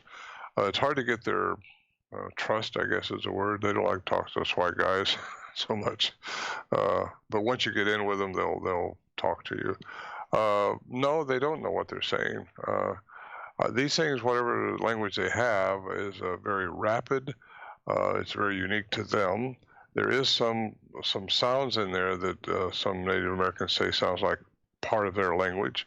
So it could be over the eons they picked up different things from different ones, but they've got their own language, and they've got a bigger head than we do, so they've got a bigger brain than we do. They talk a lot faster than we do. So does that tell you that maybe they got more going on in their brain? I don't know. I just don't know. I don't know either. We're supposed to be top of the food chain, but sometimes I wonder. Mr. Morehead, I'm going to get you to hold on right there as we are going to go to break here at the bottom of the hour on Spaced Out Radio. We have the legendary Ronald Morehead here with the Sierra Sounds on Spaced Out Radio. I'll tell you, we're going to get into the woo factor a little bit here. Is this a creature that is flesh and blood? Is there more to it? We'll get Mr. Morehead's opinion right after this on Spaced Out Radio.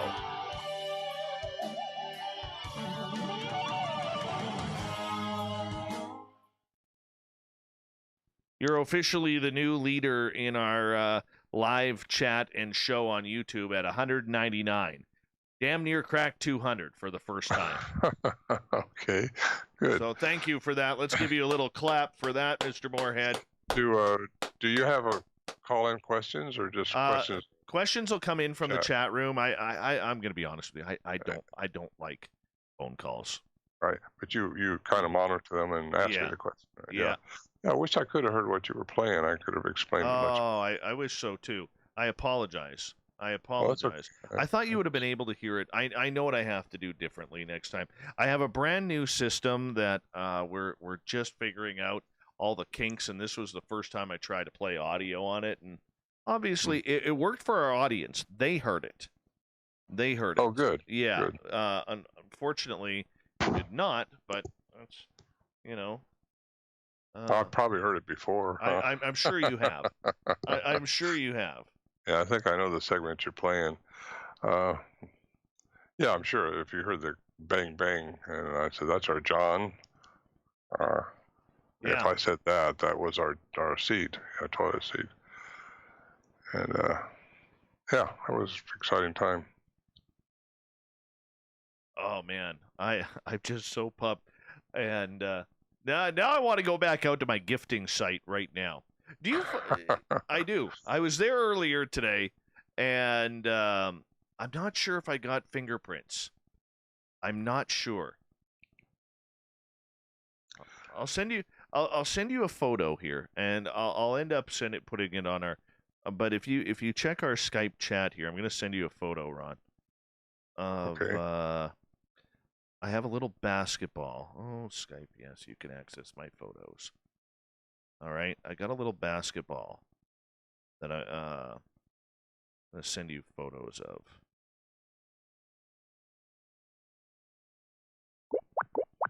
Oh, look what popped up my screen here. Pictures. Yeah. Oops, just went away. Oh no. Oh no. Did they? Where's my Skype? Where's our chat? They're still showing in the chat for me. I got to figure out how the heck I'm going to get this in my YouTube here. Okay, I know what I'm going to do. Let me open up the chat. Could I open the chat? Yeah. If you go down to the bottom. Okay, I see the basketballs. Yeah. I don't know what that is. I know it rubbed off. You know, they like stuff like that. I'll send you a picture of what I have at the gifting site here. Hold on. You find any prints around the ground there? What kind of ground do you have this? I'll show you here. So this is. I'm sending you a bunch here. This blue ball thing or purple ball thing that you will see. That's where. They're just loading in there now. Well, let me. I got them. Yeah, I see it. We actually, remember earlier I was telling, or maybe I didn't tell you the story about the nickel. Did I tell you the story about the nickel? Yeah, on that blue orb is where the nickel was sitting. So now the nickel is actually in between the bark. So don't worry, YouTube. I'm trying to figure out a way here to get this stuff to you so you guys can see it too.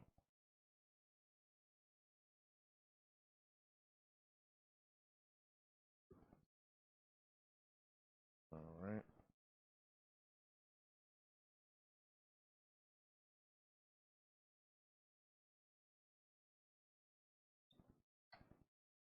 Right. So let me just load this up here. How much time do we got?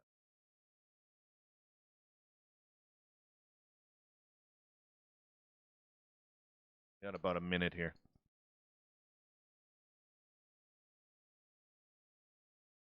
Apparently I've seen, there we go.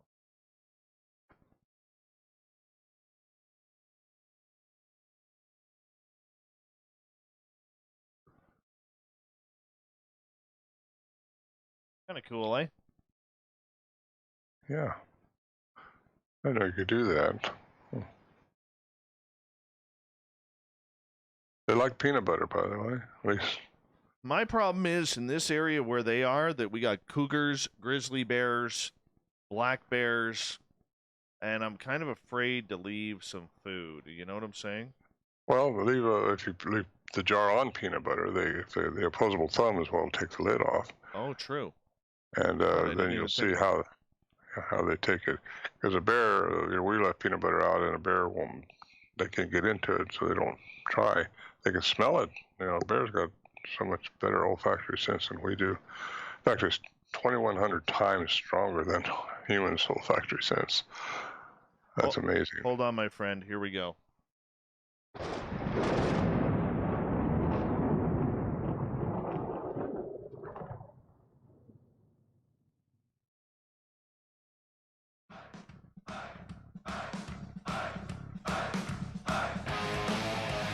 We pass the halfway point of Spaced Out Radio tonight. I am your host, Dave Scott, sitting in the captain's chair of SOR headquarters. Thank you so much for taking the time to join us tonight.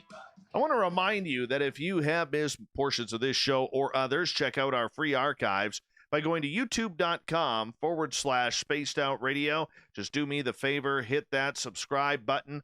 Our website is spacedoutradio.com, where we have a plethora of features for you, including rocking out to Bumblefoot and reading up on Captain Shirk's SOR Newswire. Follow us on Twitter at Spaced Out Radio and on Instagram at Spaced Out Radio Show. Tonight we are talking with legendary Sasquatch hunter Ronald Morehead. His website, ronaldmorehead.com, if you want to check it on out, which I highly suggest you do. We're talking about the Sierra Sounds and everything that's weird and strange regarding Bigfoot. Everybody, Ron, tends to think that this creature is some sort of flesh and blood creature, okay? That there is something to it that is just a little bit, maybe it's Nephilim, maybe it's some sort of Gigantopithecus that we are trying to find here. And I'm curious, in your regards and searching for this creature, what do you think we're looking for? I'm so glad you asked me. They are flesh and blood. But is that all we are? I get into what we really are as human beings and what everything is in the quantum field. And let me quote a Tesla quotation here. Nikola Tesla said, "The day science begins to study non-physical phenomena, it will make more progress in 1 decade than all the previous centuries of its existence." And I think we're in that time now because we are studying non-physical phenomena. And even though these things are, they poop, they eat, they procreate, they do what we do, but is that all there is to them? Yeah, no, that's not all. They are flesh and blood, yes, but not just flesh and blood. We are not just flesh and blood. We are energy. At the most minute form of our existence, we are energy, and energy never dies. It can only change forms. So if you're religious, you'll call that heaven. If you're a physicist, you'll call it a dimension. So there are other dimensions according to the mathematics of quantum physics, and it is the new science, the modern science, which takes over when Newtonian physics doesn't answer everything. Quantum physics tries to, but you never will get your head around it totally. We are three-dimensional beings, yet there's more going on. We don't see all there is to see. So there. So you do believe then in your heart, your soul, that we are looking for a creature that, although flesh and blood, does have some sort of supernatural ability? Well, it's different ability, yes. They're able to, yes. I do. And there's science for that. It's all about frequency, vibration, and energy. That's Nikola Tesla said, if you want to understand how everything works, you got to study frequency, energy, and vibration. Those things all work together. We are energy vibrating at a certain frequency. You find that frequency and you can change matter. And there's where I go with it. So I think they can do a lot of things through frequency, like everything is, and they know how to. It's either been given to them through an attribute of their creator, or they've developed it somehow through naturally. But I think it's probably the first thing I said. Okay, so what about people who are refusing to even go down that road, that there could be something special about this creature? Yeah, well, they're closed-minded, and above all, you got to have an open mind. And when you have something unique happen to you, which you can't explain through classical science, you just pretty much got to open your mind, or that, or just walk away from it. And that's what a lot of people do. They won't listen. They just won't pay attention to something they don't understand. Your mind confabulates things too. If you're not careful, it fills in the blocks. It can only know what it's been taught, your brain and your mind. And if it hasn't been taught a certain thing, and yet you see a certain thing, your brain will try to fill it in with something it knows. And that's called confabulation. And that's where a lot of people go with it. They just turn their back to it and say, well, that was a bear. Or something like that. Maybe it was a bear, but then maybe they saw a Bigfoot, or maybe they saw a bear. Who knows?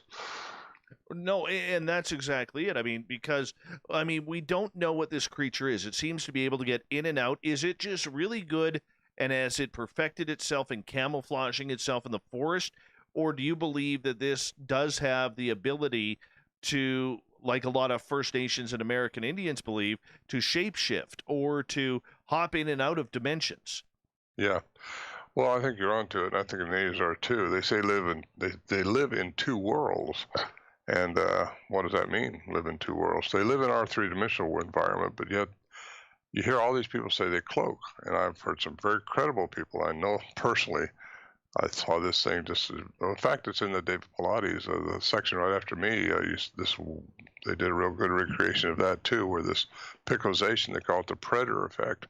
Yes. Just, that's when I think they go through plasma field, the fourth dimension of time, and they just are able to cloak like that. And they say also, the Native Americans say they live in trees. Well, she saw one come out of a tree and go to another tree, the energy anyway. And that's a little spooky. But I've talked to other people too, and over the years, I used to just throw those people away and throw them out with the baby water, but no. They can't all be lying, and I know some of them very, very well. And they see that same effect. That's gotten some people kicked out of certain little clubs because they say, no, I saw it disappear. Well, we don't see everything there is to see. We can't see in other dimensions. We only see within light's frequency. You find out there's a whole lot more going on that's outside of what you're able to see. And you don't see other dimensions. And I'm just saying, we live in a three-dimensional environment, 4 counting time, and you got to understand and get an open mind to follow this stuff and get a quantum physics 101 and realize what we're really dealing with in this universe. They used to think the quantum field only worked with a minute micro world, but no, it works throughout the universe. And it's just an amazing science. And again, you can't get your head around it. They don't totally understand it. But classical science, you can understand. Everything is predicted on. Everything is measurable, predictable, and physical, material. And that's the way classical science is. It's built around that parameters. But that's not how quantum science is. It's unpredictable. And that's because of the photons. The electrons are a wave.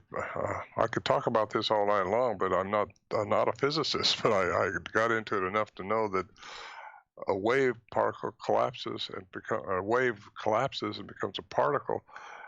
So things can change, and you can change things. Oh boy, sorry, Dave. I think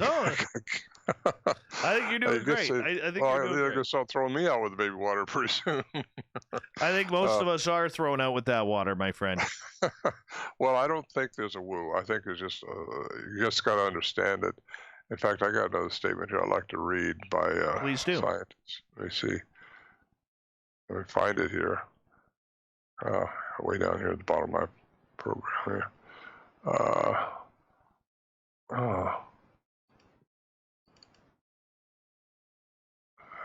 No. This is Dr. Edgar Mitchell. He was an astronaut, and he has a lot of interesting sayings. I'm not sure this one I was looking for, but I'm going to say this one anyway because it's really good.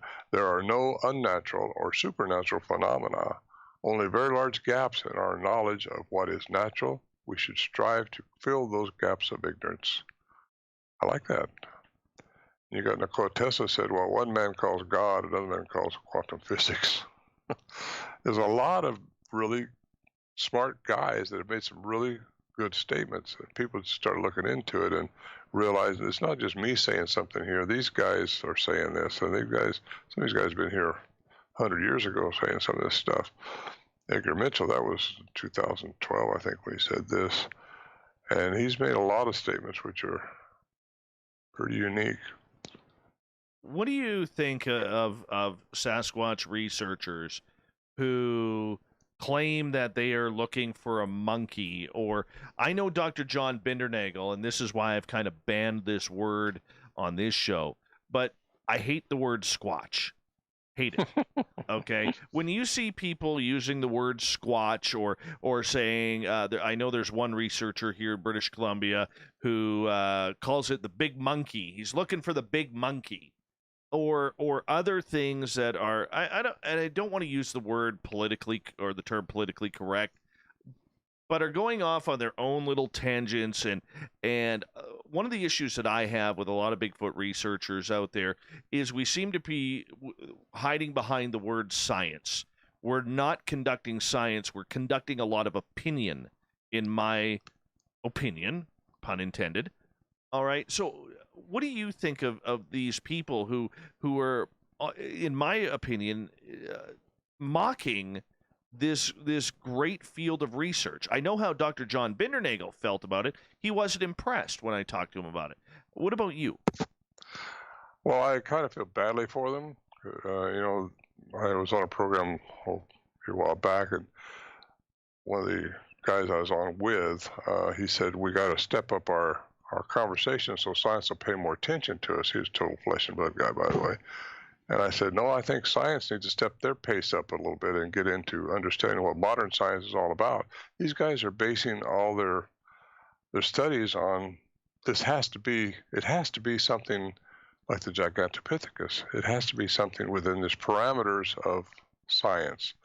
Well, that's classical science. And classical science has its parameters. But that's not the way everything works. Everything works through quantum science from the most minute level all the way through the universe. And when you start looking into that and start studying a little bit, you find out there's more going on.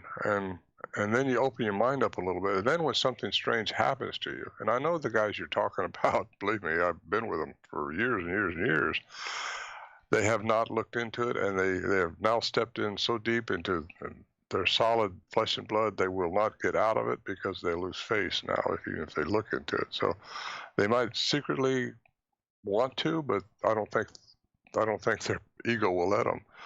And I got to stretch that out a little bit. Ego is everything in this thing. In this field, it seems like so many guys are worried about their ego that it's gotten away from them, and they don't realize how important it is to have an open mind to this subject matter. And for them to just say it's just flesh and blood, there's a monkey running around out there, too bad for them. Do you think the television shows have helped? So far, no, but it's coming around. There's things happening now that I'd like to talk about, but I can't. And I think a lot of these programs are going to start stepping into what I'm talking about now, because it is. It's just, there's no ifs, ands, or buts. This is the way things are.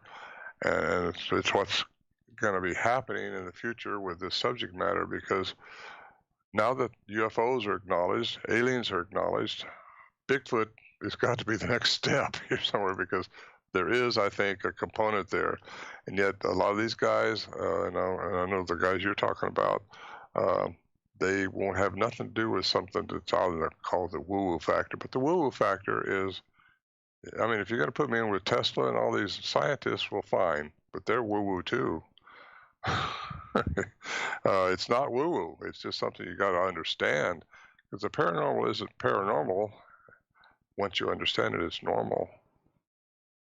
And I fully agree with you. And I just think, I got into it a little bit, and I really enjoyed my conversation with Cliff Barrickman.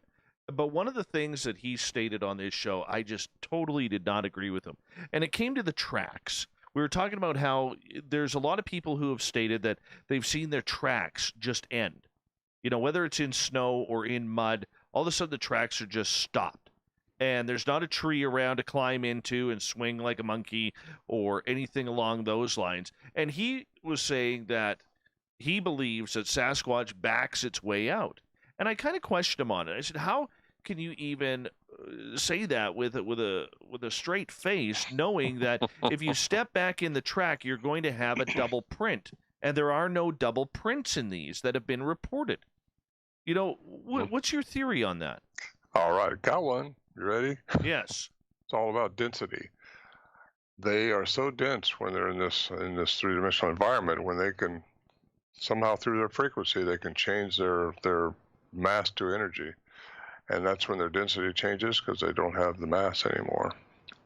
There's my theory. And I've had it happen to me. I got this picture of this in my first book, Voices in the Wilderness. I got the picture of a trackway. My daughter saw one, and we found the trackway. These tracks were 1.5 inches, 2 inches deep. Whatever made those tracks were so heavy, and it just stopped. They stopped. And that's when it happened to me. I seen that, and I thought, well, jump into a tree, to jump to a boulder, how to get out of here? This thing just stopped. And I was with Bill McDowell, my friend in California, just a few days ago, and he reminded me of a trackway in the snow that stopped.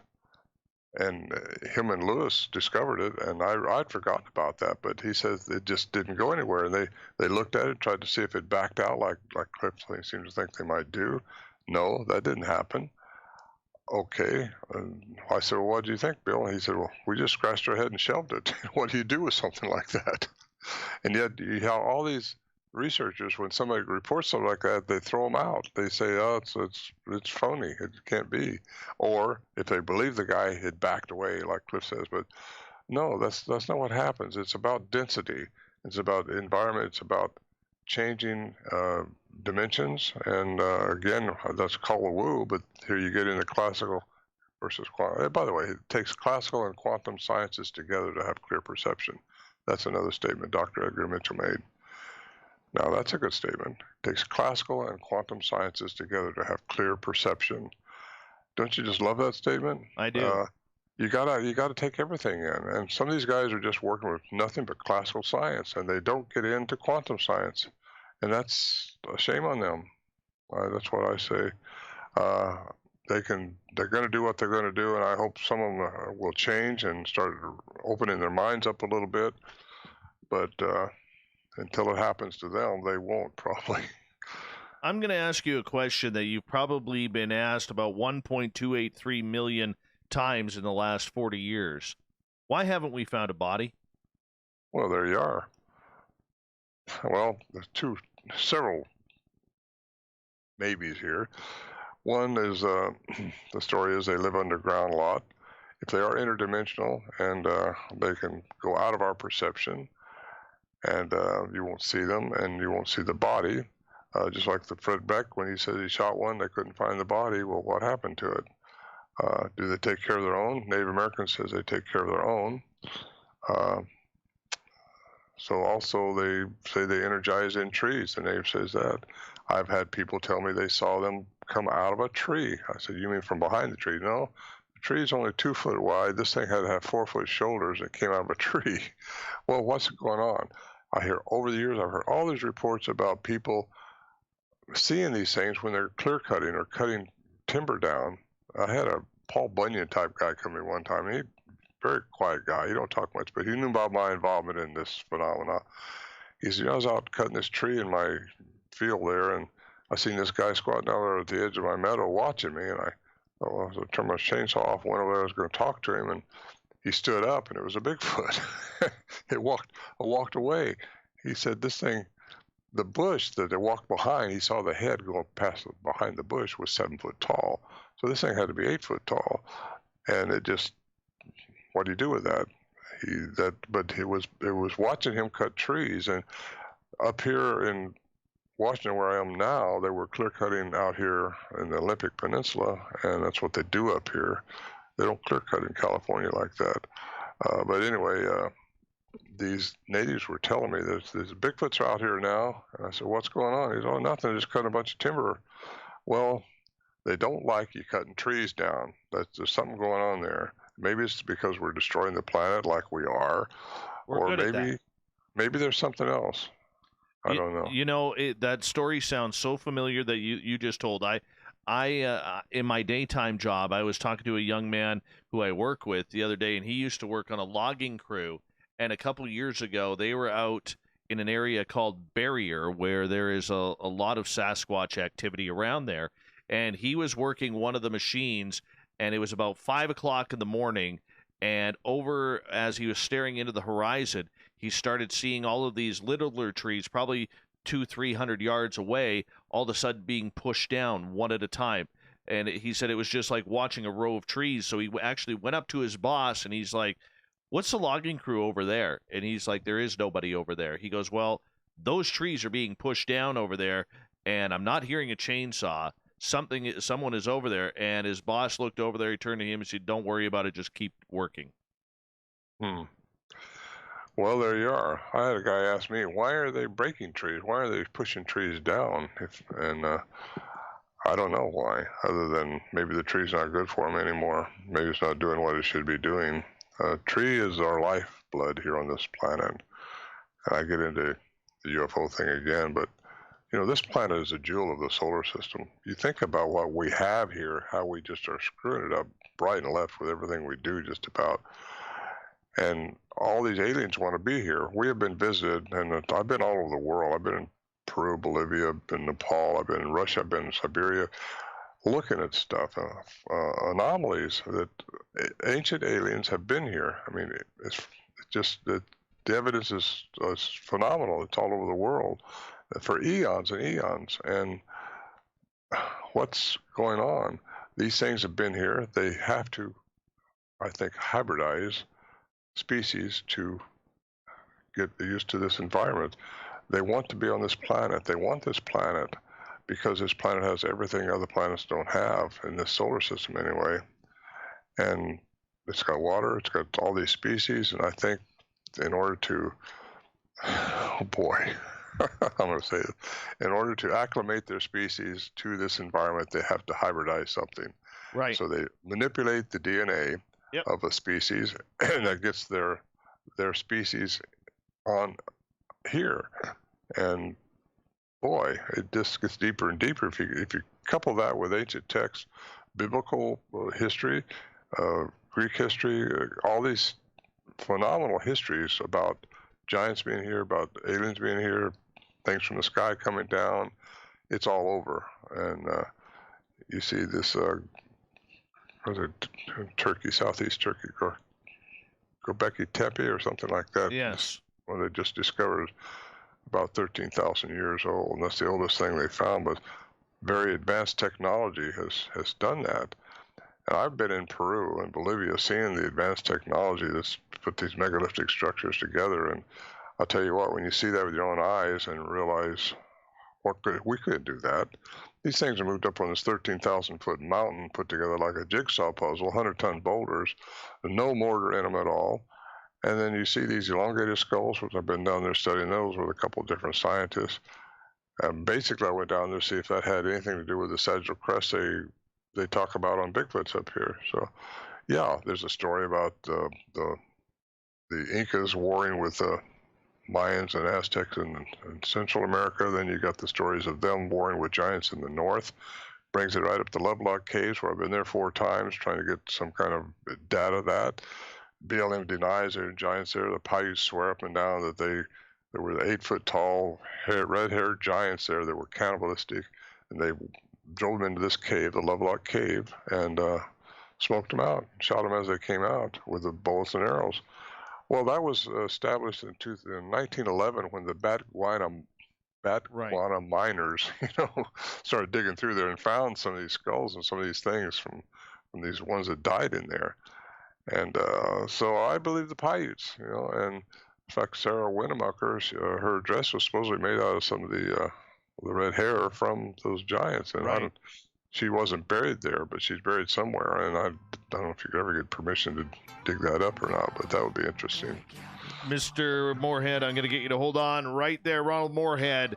We have him for another 30 minutes on Spaced Out Radio as we continue on with the Sasquatch talk right here on the mighty SOR.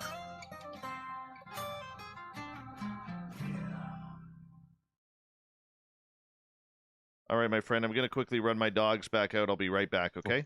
Okay, we just got another 30 minutes, is that correct? That's it, my friend. Oh, okay. Hold on. Out in the public?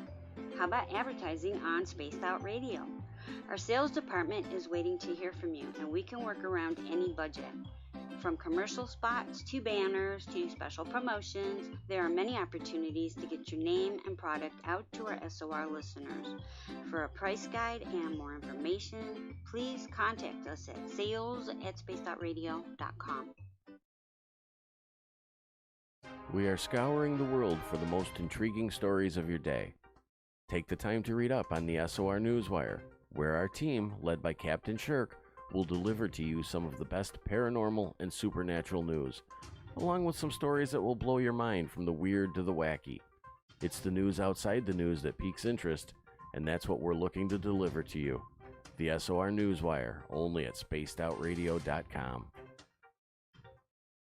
Hello, this is your guitar man, Ron Bumblefoot Thal, and I have to tell you, I love the response I get for Little Brother is Watching from Spaced Out Radio fans. It's amazing how music can inspire and make people think deeper about what's going on in the supernatural world. You can head over to my website, bumblefoot.com, to check out my music, my guitar workshops, my touring, even check out some of the hot sauces that I'm working on. And make sure you keep on listening, because with Spaced Out Radio, you know Little Brother is watching. Hey, space travelers, this is John Resig, founder of the Chive and Chive Charities. If you know anything about our website, you know we like to do things a little differently. We're not some faceless organization collecting money for a nebulous cause. Our donor dollars go directly toward life-improving items. Then we give those items directly to an underdog who needs it most. To become a donor with Spaced Out Radio's official charity, Chive Charities, just go to chivecharities.org/donate. Hello everyone, this is Ryan Stacy from the Experiencer Support Association, otherwise known as TESSA.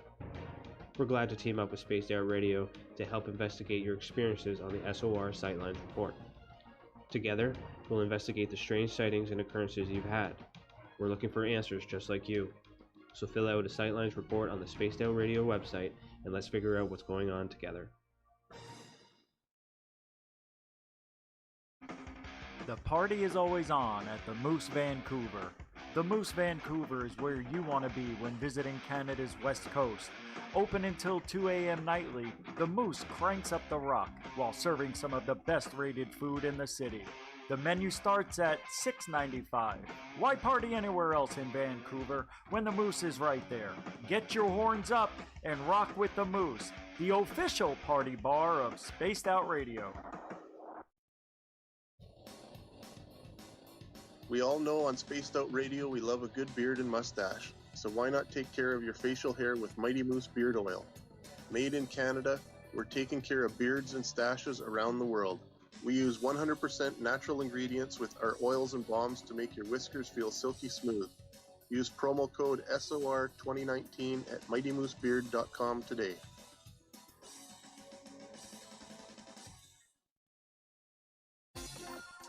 For the price of 1 cup of coffee a month, you can become an SOR Space Traveler.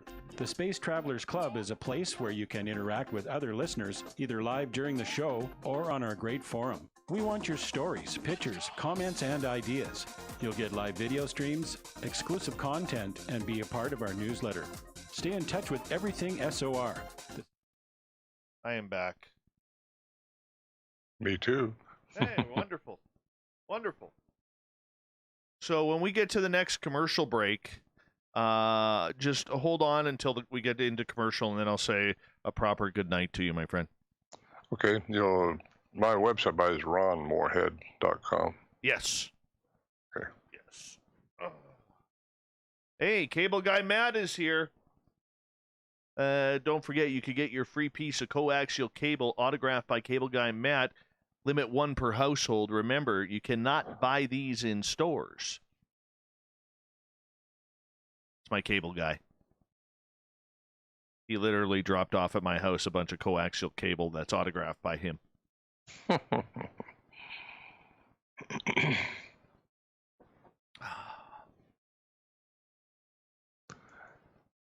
Yeah, I get into mind speak. I get into the dilution factor, a lot of those things, which is in my Quantum Bigfoot book.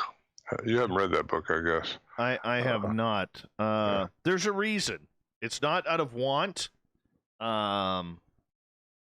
Long time ago, I had an experience. I'm a major experiencer, and works well with my radio journalism background.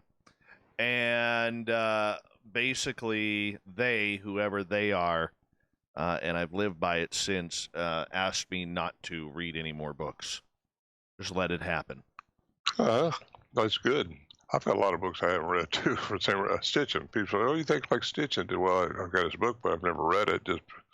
Just because I want to be influenced by just what you said right there is perfect.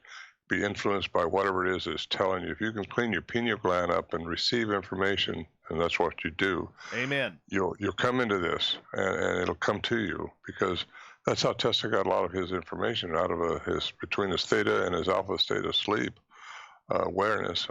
You get a lot of your information because you're in a meditative state there. You're not trying to analyze things, and things just come to you. I had 3 things happen to me today that's just phenomenal, I thought. And it just, your intuition was changed. You'll know things, and stuff happens. You got that Good right. stuff. Hold on, my friend. We're on in like 4 seconds here. Hold on. See you there. Would you like to connect with us? Head to spacedoutradio.com for all your latest show info. Now, back to Dave Scott and SOR. Third and final hour of Spaced Out Radio is underway tonight. Thank you so much for tuning us in. I am Dave Scott, the guy behind the microphone, and we welcome back everyone listening in on our terrestrial affiliates around North America and digitally on TalkStream Live and Revolution Radio. Remember, you can check out all of our archives for free by going to youtube.com/Spaced Out Radio. Just do me the favor, hit that subscribe button. The Desert Clam has set the password for tonight in the SOR Space Travelers Club. Labtebricol. Labtebricol is your password. Use it wisely, space travelers, as the Clam sets a password each and every night right here on Spaced Out Radio. Our website is spacedoutradio.com. We have a plethora of features for you, including rocking out to Bumblefoot and reading up on Captain Shirk's SOR Newswire. Follow us on Twitter at Spaced Out Radio and on Instagram at Spaced Out Radio Show. For the final time tonight, we introduce Ronald Morehead. RonMorehead.com is his website. If you want to check it on out, you can find his books on Amazon or his website. We're talking Bigfoot all night long here. Ron, welcome back to the show. Thank you. Very been fun. Well, it's been more fun for me, my friend. More fun for me. I got a question from our audience here, and this comes from, I believe, where'd it go now? I just saw it here. It's in regards to dimensions, and I apologize, I can't see it in the chat room right now, but do you believe that Bigfoot lives in 2 separate dimensions at the same time? Yes. Yeah. I think they live in the 3rd dimension as we're in, but I think they can, I'm going to use this word, cloak. They can change from mass to energy. That's how their trackways stop. That's how they get into the 5th dimension, where they won't age like we do. They don't need food like they do when they're in the 3-dimensional environment like we are. They want to be in our environment because of it's a good environment. I can talk about that earlier. So yes, I think they live in 2 worlds, just like the Native Americans say. That's a very rich comment and statement to make, considering there is no actual proof of that actually happening. And I'm asking you as devil's advocate here, because I do believe that you are correct on that. I really do. I've had my own experience that kind of leads to that as well. So in being a believer of that type of phenomena, that's what's happening, how do you break it down that, or let me ask you this way, why do you believe that that is the case rather than following natural science, which says that would be impossible? Well, modern science don't say that's impossible. It's classical science that says it's impossible, because everything has to be measurable and predictable and material or physical. That's what it's based on.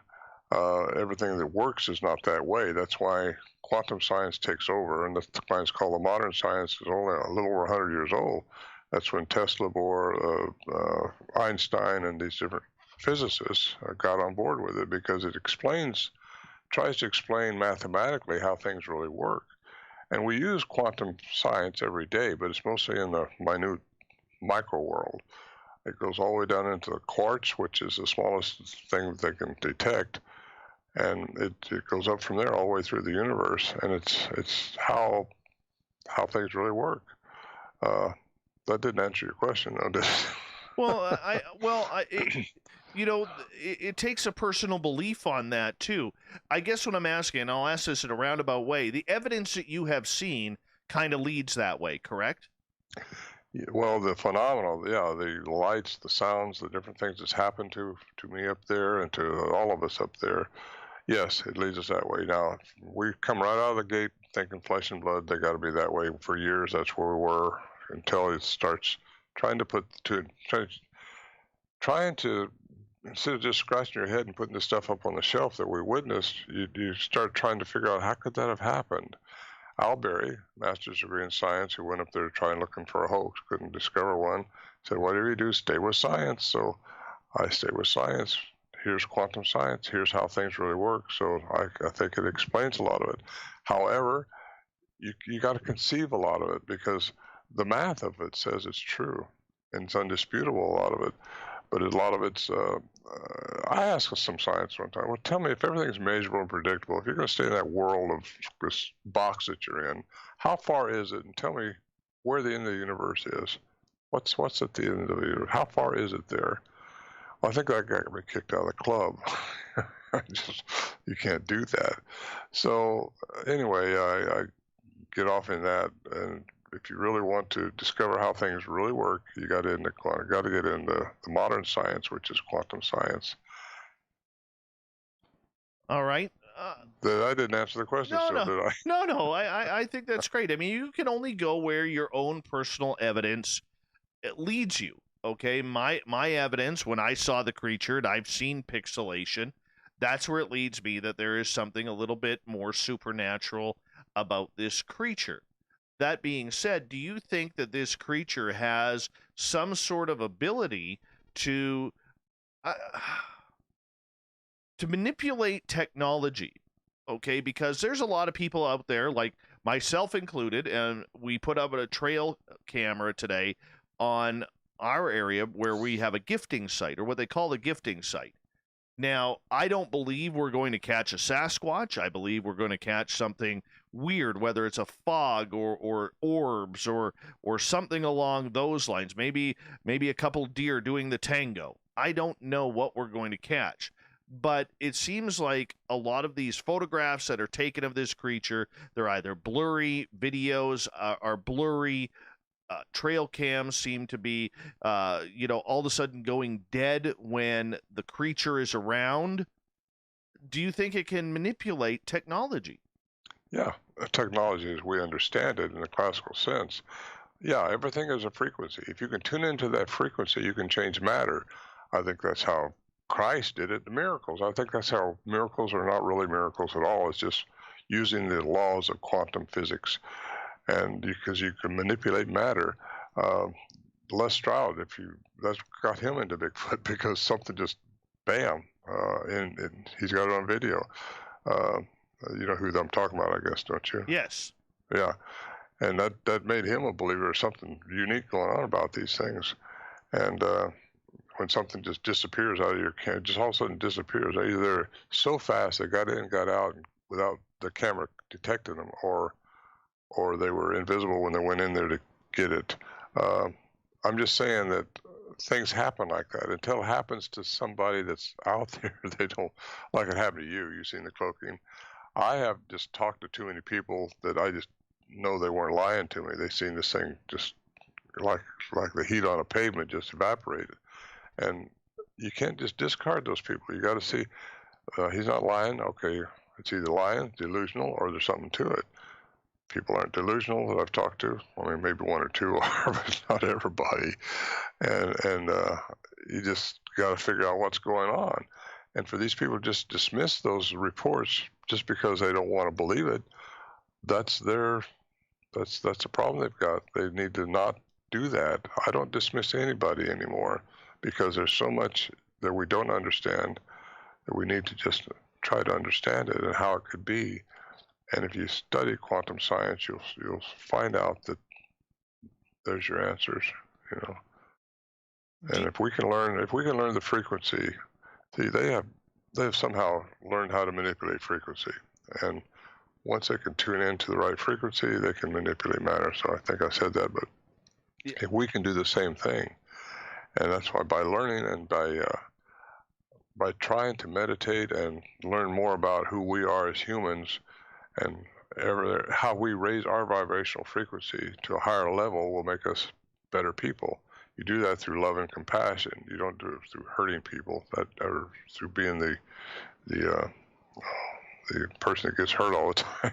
You do it by caring, and we got to learn how to raise our frequency higher. That's called evolution. We will evolve into something better, and you only do that one way. I gotta ask you, in regards to David Paulides, all right, I am a big fan of his work, and he never seems to get into specifics as to what is really going on in the forest. He allows people to make their own interpretations of what the evidence shows in his books and in his documentaries as well. All right. What's your opinion? Do you think that Sasquatch is taking people like it's almost led on to be? Oh boy. I don't know. I mean, there's different. No, I don't think the Sasquatch are. Now, some of them have been known to be cannibals, and if that's happening, that's too bad for the people they take, obviously. But I think it's abductions from aliens. I think the UFOs are abducting people. There's a hybridization program. We talked about that. MUFON totally believes in that. I do too, just because there's been too many reports of abductions. I know the Dr. Lear, who was with L.A. Missoula down in Southern California, he passed away, but he did 17 operations, I think, removing some type of foreign chip out of these people. And I've seen one of the operations through video, and they all claimed abductions by aliens. And why are they doing that? What is the reason? They are hybridizing so many species. You hear about the dogman, you hear about the Bigfoot. I think they're hybrids, and in a way, we are hybrids because something has changed us and got us into our sapience that we are now, made us who we are now, and that's something I think people need to look into. If your religion, I'm not a religious person, don't get me wrong, but we are all, like it or not, we're all spiritual beings, and our energy has to go on. It just changes form. That's all that happens when you don't. There's no such thing as dying. You pass on. I like to use that term more so. But yeah, David. I like David. He's a good friend of mine, and we've talked a lot. But I won't tell you where he goes with that because that's for him to say. But he just lays out the facts. His background is as you know, law enforcement, and he just tells you the facts and only the facts, and you can make up your own mind. I like that about him. Now, the one thing, next time I have him on, I told him we'd probably not have a paranormal conversation. We'd probably just sit down and talk hockey for a couple of hours because his son was one hell of a hockey player back in the day, too. And so we talk some hockey, which is always a good thing, at least for me.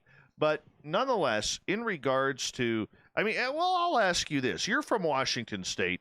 Are you a little upset your new NHL team is not named after the Sasquatch and the Kraken instead? No, I stay so busy with this subject matter. I love football, but I'm not so much into the other sports right now, especially because I'm just not. Not that I dislike them, I don't. If I get involved in it, that's all I want to do is watch it. So I kind of leave it alone as much as I can, but I can't stay away from some of the football games that are going on. Just love it. So, who's your team? Seahawks, obviously? Well, obviously, Seahawks, yeah. They may have to change their name because the other Hawks are getting jealous. Oh, man. I still have, being up here in Canada, I'm a BC Lions fan in the Canadian Football League. I still haven't chosen my NFL affiliate yet. I know which way I'm leaning. It's a big debate between Seattle and the Vegas Raiders. Well, I'd go with Seattle if I was you, and I'm not you, but I'm a Seattle fan. Yeah. I just love the jerseys of the Seattle and Russell Wilson. But we could talk football in another night and another conversation. We're here for Bigfoot tonight, and we only got you for about another 8.5 minutes here on Spaced Out Radio. Ronald Morehead is our guest on the show. Ron, do you believe there is any sort of government cover-up regarding Sasquatch? Yes. Yes. That was quick. Tell me why. Yeah, yes. Well, it's just too much stuff. I've been doing this for close to 5 decades now, so I hear a lot of stuff, and I've heard it from basically a lot of military people that come out of the woodwork now, and they're talking about it. Yeah, I think because there is do you believe everything the government tells you? No. They've been hiding this stuff for years, since Roswell. And prior to Roswell, there was the Maury Island incident up here in Washington, which UFO dropped some debris out of its craft and killed a guy's dog that was on this boat and broke his son's arm. And that debris some of it landed on the island, Maury Island, and it was being flown out of there. This was just before Roswell. Yet it gets really very small recognition, but that whole craft that these 2 pilots were flying down to California, strangely enough, caught fire and crashed. So what's happening? I think there is a cover-up. I think, too many reports of the military being involved, and I've heard so many stories too. A lot of them you got to discard, but I don't discard, like I say, too much of anything anymore since I got into the subject matter. There is an alien component to them, I believe, and they've covered aliens up for a long time now. So aliens have been here. I've seen their remains. So you've seen the remains of aliens? Yes. Oh, you have to tell me that story. Right now? It was in Bolivia and Peru when I was down there. I've seen the alien hybrids, let's put it that way. A guy named Brian Forrester, who I was with a couple times down there, he knows a lot about the Paracas, elongated skulls. And that's what we witnessed. We went out to several unique spots where only he knows. And you see these graves, and the grave robbers, or Quarteros, or what they're called, I forgot now, but they took us some spots where basically you look as far as you can see, there's just a hole in the amount of dirt, a hole in the amount of dirt, a hole in the amount of dirt, where they've been digging up artifacts. And they're looking for something strange, and they find it. And when they find an elongated skull, there's so much down there. Anybody here wants to go down there, they just ought to do it sometime because it's so unique. But yeah, the alien, we went into some pretty interesting spots there and seen things that were just not human. We had scientists with us, and we weighed skulls. These skulls that we weighed were about 30% larger, more brain matter than humans have. They didn't have the same structure in their brain, in their skull. They have a single parietal bone, where we have one on each side. We have 2 with a sagittal suture in between, and just different things about them. L.A. Missoula is coming out with a video now establishing that, showing the DNA that's been done now, because we got that out of it, showing that it's called the pre-Inca people, the Paracas people, I think they're calling them now. But Brian Forrester has several books on that stuff, and people want to look at it. But watch for the documentary that L.A. Missoula is going to come out with shortly, and it'll be a real eye-opener. It should change the history books, but if it isn't covered up, or if something doesn't happen with our government, definitely my government was involved. Yes, they're involved. They're covered up. They've hidden things. Yeah. Very interesting indeed. I would look, that's a good point. Corrins, I know you're listening, the booking guy. L.A. Marzulli, man, we need him for that documentary on the show. That is for sure. I want to say Ron, that I think you've opened up our eyes to a lot of people. I didn't realize you were that open-minded to trying to figure out what Sasquatch is. As we've got about 4 minutes left, what do we got to do to prove the actual existence of this creature? I don't know that it will be until they just come out and start exposing themselves to humanity, which I think was probably going to happen. I think they're being driven out from underground if that's where they're staying. If they're interdimensional, they'd be going through places that we can't get to. Coming out, that's why you don't find bodies. To prove their existence, it's going to have to be an accident. Just one has to be killed and immediately cut something off of them so you get the DNA and take it to a science lab. But then it's going to get covered up probably by their government. So who knows what it takes.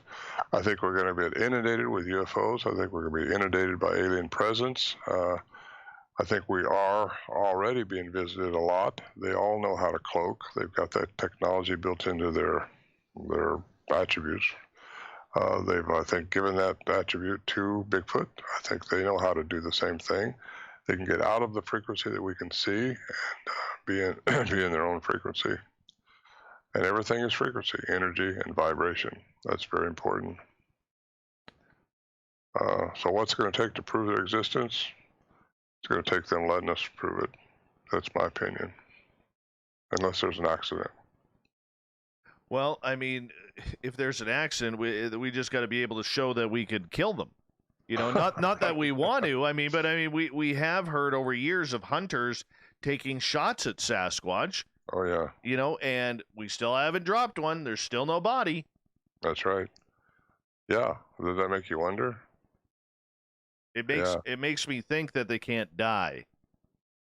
Well, if they're out of our dimension, they won't die, you know, because once you're out of our third dimensional, we're in a linear time, and time as we perceive it doesn't exist. You get into quantum physics, you realize, and it's hard to get your head around that because you know there was a yesterday, you know we're talking right now, and you think there's going to be a tomorrow. That's linear time, which really doesn't exist. We're all living in the now.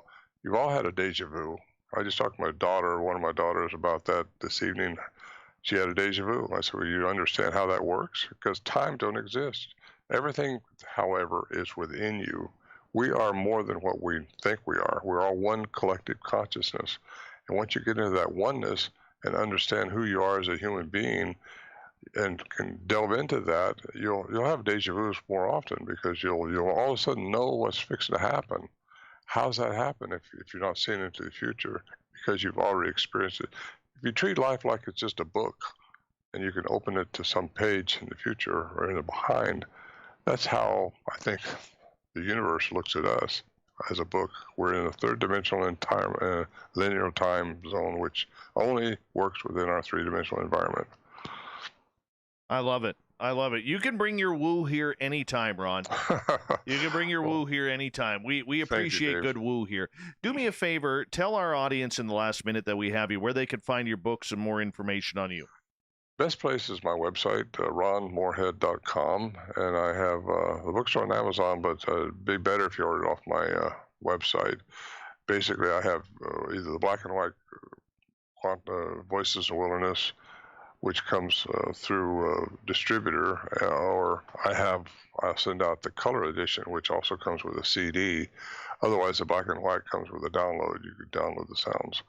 And I have that book, The Voices in Wilderness. I have a book called The Quantum Bigfoot. That's what we've been talking about mostly here recently. And I have 2 CDs, which have the sounds on them.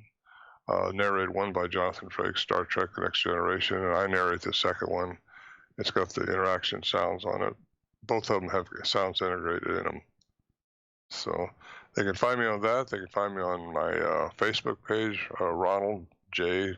Morehead, Morehead, and also on Twitter and Instagram, which is, I forgot now, Ron Morehead, Ronald J. Morehead on Instagram. Well, we appreciate it. Ron Morehead, thank you so much for coming on Spaced Out Radio. The pleasure definitely was all ours. Coming up next, we have the SOR Newswire and the Thought of the Day. Stay tuned. More Spaced Out Radio coming up.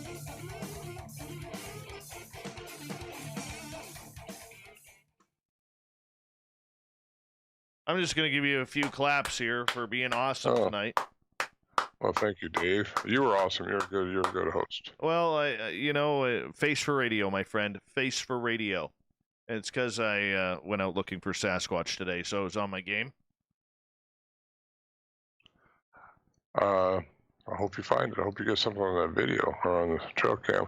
They can sense energy, though. I got to tell you, they can either hear the battery. Can you hear me now? Yeah. Yeah.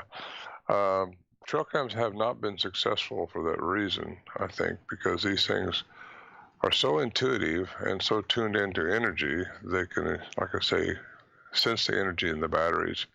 Our batteries have gone dead up there at our camp sometimes, and it's a very common thing for people to have dead batteries around these things. I had brand new lithium batteries one time in 2011 when I was up there when one of them came into camp and drained my batteries, brand new batteries. My tape recorder wouldn't work then. And so good luck with that. Maybe you'll get one by accident because that's what it'll be probably. Well, we put up the intention. We put out the intention. And so we're going to go back this weekend just to test things out. My buddy who put his trail cam up, he's a little gun shy because he literally a few months ago had a trail cam stolen from the forest, and he's like, I really don't want to lose this one. Well, excuse me. We got to do it. We have to. So. Yep. Well, people do it a lot.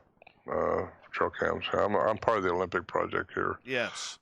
And they scout trail cams all over the mountains over there, but so far nothing. They've been doing that for years. And I tried to tell them, I said, well, there's somebody making some money on that. People that sell trail cams. Yeah, exactly. Exactly. But who knows? Maybe they'll get lucky too, or maybe you will. Somebody will, maybe. Well, and, that'll help, but a picture's not going to really prove anything. The Patterson film hasn't proved anything. It just no. Want it for me, my friend. Want it for me. Good. All right. Well, you take care, you Dave. too, my thank friend. you again for having me on. It was an absolute pleasure to have the honor to speak with a legend such as yourself, and I hope we earned enough credibility with you that we could get to do it again. Oh, I'd love it, and thank you. You're excellent. Thank you for the compliment. All right. Take care, sir. Bye. Bye-bye. How awesome was that? Corin's the booking guy, nailing it out of the park again with Ronald Morehead. And we set a new record of 207 people. 207. Let's see. There's 202 there, 206, 205. Or was it 206? I thought I saw 207 somewhere. I swear I saw 207 somewhere. Yeah, it was weird. All of a sudden it just jumped, and I was like, holy cow. Be around 206, 207, somewhere around there. That was good. That was a nice jump. It kind of shocked me a little bit. Not going to lie.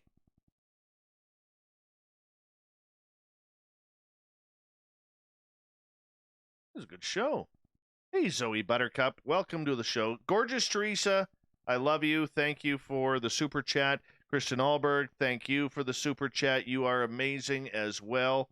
And I don't know what I do to deserve that, but all of you, Big Rob, and everybody else who's donated, Cable Guy Matt, you guys treat me way too well. Way too well. Yes, we're going to keep Corin's the booking guy for a couple more days. Yeah, we like him around here. So, but I just want to say thank you. It's humbling.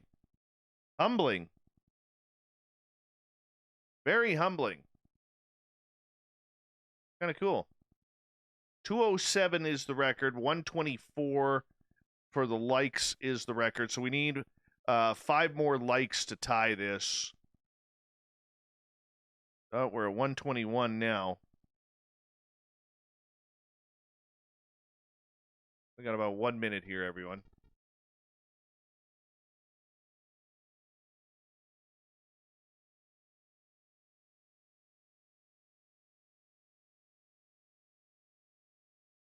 Ron Morehead has that voice that he should be reading audiobooks or recording audiobooks. I could listen to that voice for a while.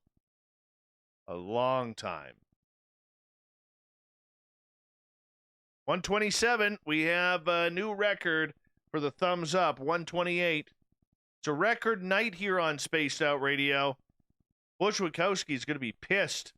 Not really, but thank you, everyone, for being as awesome as you are and supporting what we do. I mean, we wouldn't do it without you. It's from my end, it's extremely humbling.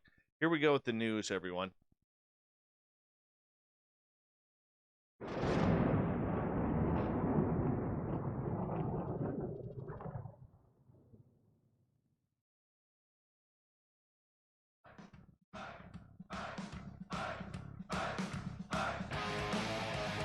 We've rounded third. We're heading for home tonight on Spaced Out Radio.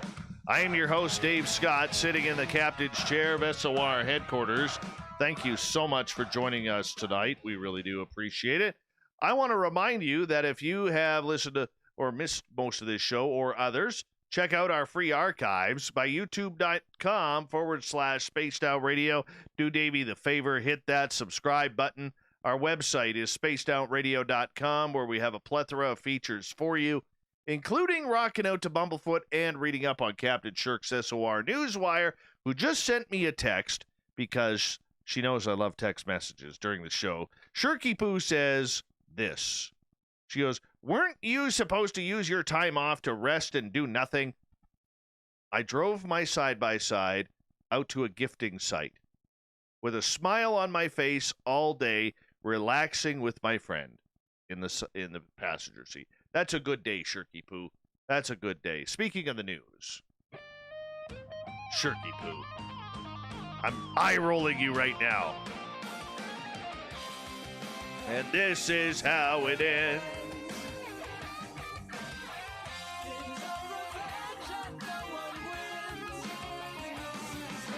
The news is always changing, which is why we bring you the SOR Newswire at the back end of every show, where we get to the weird, the strange, the wacky, and sometimes the downright creepy. Agents in Michigan have foiled a stunning plot to kidnap Democratic Governor Gretchen Whitmer.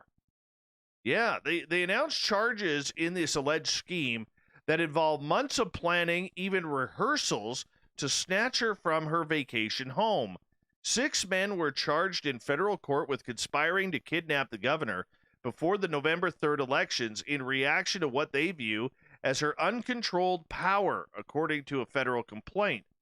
Yeah, the two groups arrived and trained together and planned various acts of violence, according to police. Surveillance for the kidnapping plot took place in August and September, according to an FBI affidavit. And 4 of the men had planned to meet this week to make a payment on explosives and exchange tactical gear. The FBI quoted one of the men as saying, "Whitmer has no checks and balances at all. She has uncontrolled power right now. All good things must come to an end." Authorities say the plots were stopped with the work of undercover agents and informants. The men were arrested, with 6 charged in federal court, facing up to life in prison if convicted. The state terrorism charges the other 7 men face a possible 20-year sentence each. Andrew Burge, the U.S. attorney in Western Michigan, called the men violent extremists. They discussed detonating explosive devices, including under a bridge on a highway, to divert police from the area near Whitmer's vacation home. And Fox brought a taser for the use in the kidnapping. All of us in Michigan can disagree about politics, but those disagreements should never, ever amount to violence. Violence has been prevented today, said Detroit U.S. Attorney Matthew Schneider. Honestly, this is kind of a creepy story. Whatever happened to just let your vote talk? Right? Just vote him out. Vote her out. You don't like her, vote her out. My goodness. Has it really come down to wanting to kidnap and potentially murder government? I mean, this isn't a third world country here. My goodness. Beachcombers on the Scottish Isle of Tiree called the local Coast Guard after discovering a mysterious boat-like object. They found the American-made drone wedged between 2 rocks, presumably after it ran aground. As of now, no one has claimed ownership of the uncrewed boat, and the details of how it washed up in Scotland remain a mystery, but we have a guess. The drone was originally tied up in place to prevent it from going back out to sea, but it's been taken to the home of a local man as people kept going out to see it. Experts quickly identified the drone as an American-made liquid robotics wave glider, an uncrewed watercraft designed to self-deploy over thousands of miles and carry a small payload. The Wave Rider is easily recognizable due to the handle on the bow and a set of 3 solar panels. The spy boat has the Wave Rider's telltale side of 3 black stubby antennas, likely for satellite communication, payload telemetry, and GPS. Here's a company video that describes it, and you can watch that on our website. The boat-like hull is only part of the Wave Rider. The drone also consists of a submarine unit fitted with fins that captures wave energy to propel it forward in the ocean that appears missing and may have been lost at sea. The drone's bow is pretty beat up, with an edge worn away by buoyancy and foam visible, suggesting it spent some time wandering around the rocky shorelines. The subunit may have been severed from the drone, causing it to lose propulsion and drift away. Great. We got spy boats out there now. Never mind spy planes, spy boats. Spy boats. They're checking out all the dolphins and Megalodon. All right. Remember Starman? Yeah. Starman that's riding in what's his name? Elon Musk's Tesla. Well, Starman has just cruised by Mars for the first time. There's no opinion of what his mileage is in the Tesla. The spacesuited clad mannequin is driving SpaceX founder and CEO Elon Musk's Tesla Roadster, which launched in February 2018 on the debut flight of the company's Falcon Heavy rocket. And the duo just hit a big milestone on their cosmic journey. Starman, last seen leaving Earth, made its first close approach with Mars today, within 0.05 astronomical units, or under 5 million miles of the red planet. SpaceX announced 1 astronomical unit, by the way, is the average Earth-Sun distance, about 93 million miles, or 150 million kilometers for us metric people. Starman and the Roadster circle the sun once every 557 Earth days, according to the tracking website whereisroadster.com. As of today, car and driver have covered nearly 1.3 billion miles in space, fair enough and far enough to drive all of the roads on Earth more than 57 times over. And the duo will probably rack up a lot more space miles before they're done. The Roadster will eventually barrel into either Venus or Earth, likely within the next few tens of billions of years. I wonder if there's warranty on that. A 2018 orbiting modeling studying determined. Can you imagine? Time out for a second. Could you imagine, like in 15 million years, whoever's carrying on this show by then is like hanging out, and all of a sudden, this weird-looking car thing, they probably won't even know what it is, comes crashing to Earth? That would be awesome to see. It would be. I would love to be that guy. I want to be Dave of the Future for that. I totally want to be Dave of the Future for that. Debut launches of the new rockets are risky, which explains why SpaceX decided to put Starman and the Roadster aboard the first Falcon Heavy liftoff as a dummy payload. Marketing may have been another factor, of course. Musk also runs Tesla, a leading electric car manufacturer. The Falcon Heavy has launched 2 more missions, both of them operational flights. The booster lofted the communication satellite Arabsat 6A in April of 2019 and delivered 24 payloads to orbit for a variety of customers 2 months later. All right, let's move on. Here's a nope. Now, if you're living in the state of Virginia, you see one of these bushy little caterpillar things, don't touch it. It's quite poisonous. It's small, hairy, and don't go anywhere near it. It's considered to be one of the most venomous caterpillars in the United States, and there have been multiple reports of the puss caterpillar. Yes, that's what it's called, the puss caterpillar. Yeah, appearing in parks or near structures in eastern Virginia. The Virginia Department of Forestry is warning residents to stay away from the caterpillar because it has venomous spikes that are very thick and hidden in its furry coat. There are little hollow hairs in that fluffy, hairy material. Teresa Dellinger, a diagnostician at the Insect Identification Lab at Virginia Tech University. Hey, Science Bob's old place. Anyways, it's not going to reach out and bite you, but if someone brushes up against that hair, it'll release toxins that you'll have a reaction to. That reaction includes itchy rash, vomiting, swollen glands, and fever. It will also put you in a world of pain. Richmond, Virginia resident recently described the feeling like a scorching hot knife. A Florida mother said her teenage son began screaming when stung by one. The caterpillar isn't commonly found in the state of Virginia. Sightings are more likely farther south in the states like Texas and Missouri. No one is entirely sure where they have been, so many recent reports in Virginia are kind of odd. With the changes in climate, we are seeing some insects change their population, Dellinger has said, but it's too soon to tell. Caterpillars, moths, and butterflies all have cyclical periods. It's all about the right time and the right conditions, while the scientists expect that the caterpillar's natural predators will help keep them in check. They'll intervene if the population size does get out of control, though. Moving on, shall we? This window will ever close. There we go. So, anybody see the new celebrity on television and every meme right now? Oh, yes. T-shirts like pretty fly for a white guy showing the fly on Vice President Pence's head last night during the debates. Oh, my goodness. Oh, my goodness. Anyways, the Biden campaign didn't miss a beat in trying to capitalize on the buzz of the vice presidential debate. Within minutes of the debate wrapping up, the Biden campaign tweeted a photo of Joe Biden with a fly swatter and a caption that said, "Pitch in $5 to help this campaign fly." In case you missed it, a very interesting scenario. A fly landed on Vice President Mike Pence's stiffly coiffed head. And Pence has, he doesn't even have hair. I think that's one of those plastic wigs. As he debated Senator Kamala Harris, the fly lingered and the internet couldn't stop talking about it. 2 hours later, the Biden campaign was peddling $10 truth over fly swatters. And within a few hours more, a campaign spokesperson said nearly 35,000 fly swatters had sold, selling them completely out. We saw the internet and our supporters sharing a viral moment online.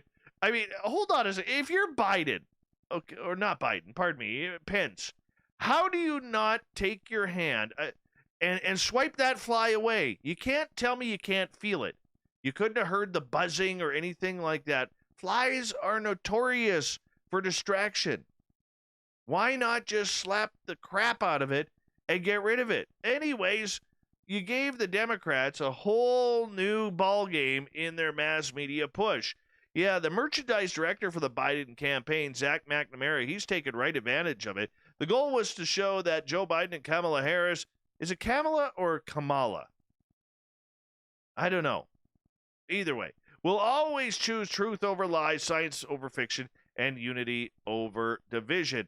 Etsy sellers are also jumping on the trend with various T-shirts reading, "Fly will vote, truth over flies," next to their Democratic logos. One Etsy seller, Artemisa Clark, is selling a face mask that featured a photo of Mike Pence with a fly on his head. She has already sold 1,666 of these masks, also selling T-shirts and everything else, of course, taking advantage of it. Why not? A McDonald's worker that paid for a mother's meal after she forgot her purse has been paid back in a big way. So here's what happened.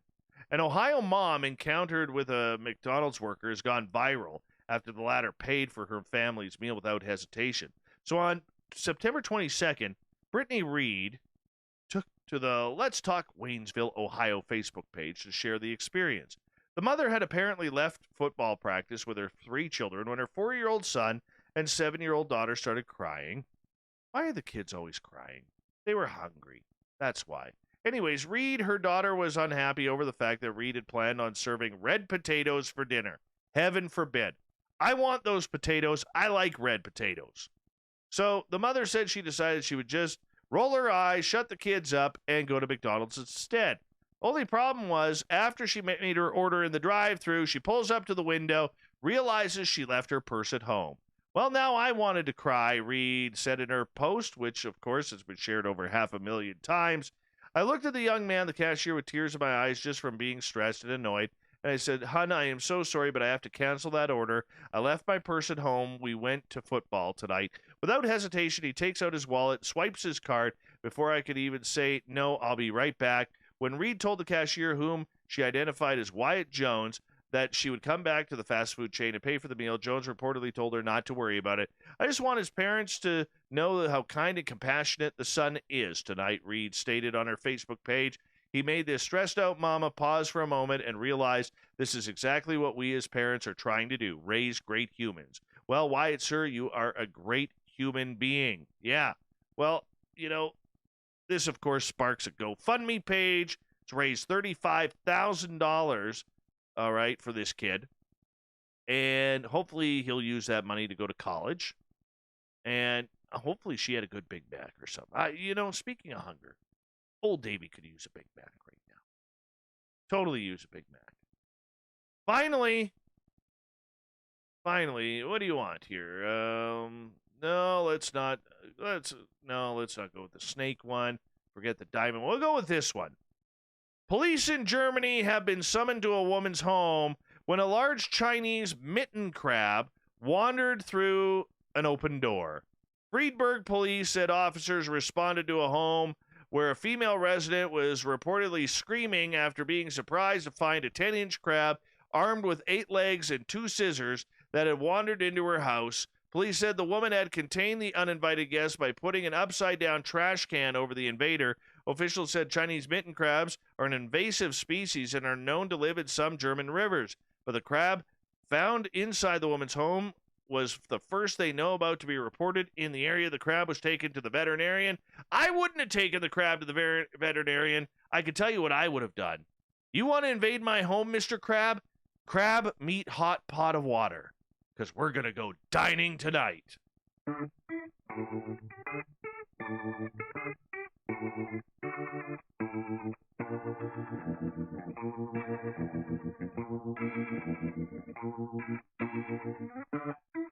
Thought of the Day happens every night at this time, where we ask a question on our Facebook and Twitter pages, then read your responses on the air because, well, we love the audience participation around here.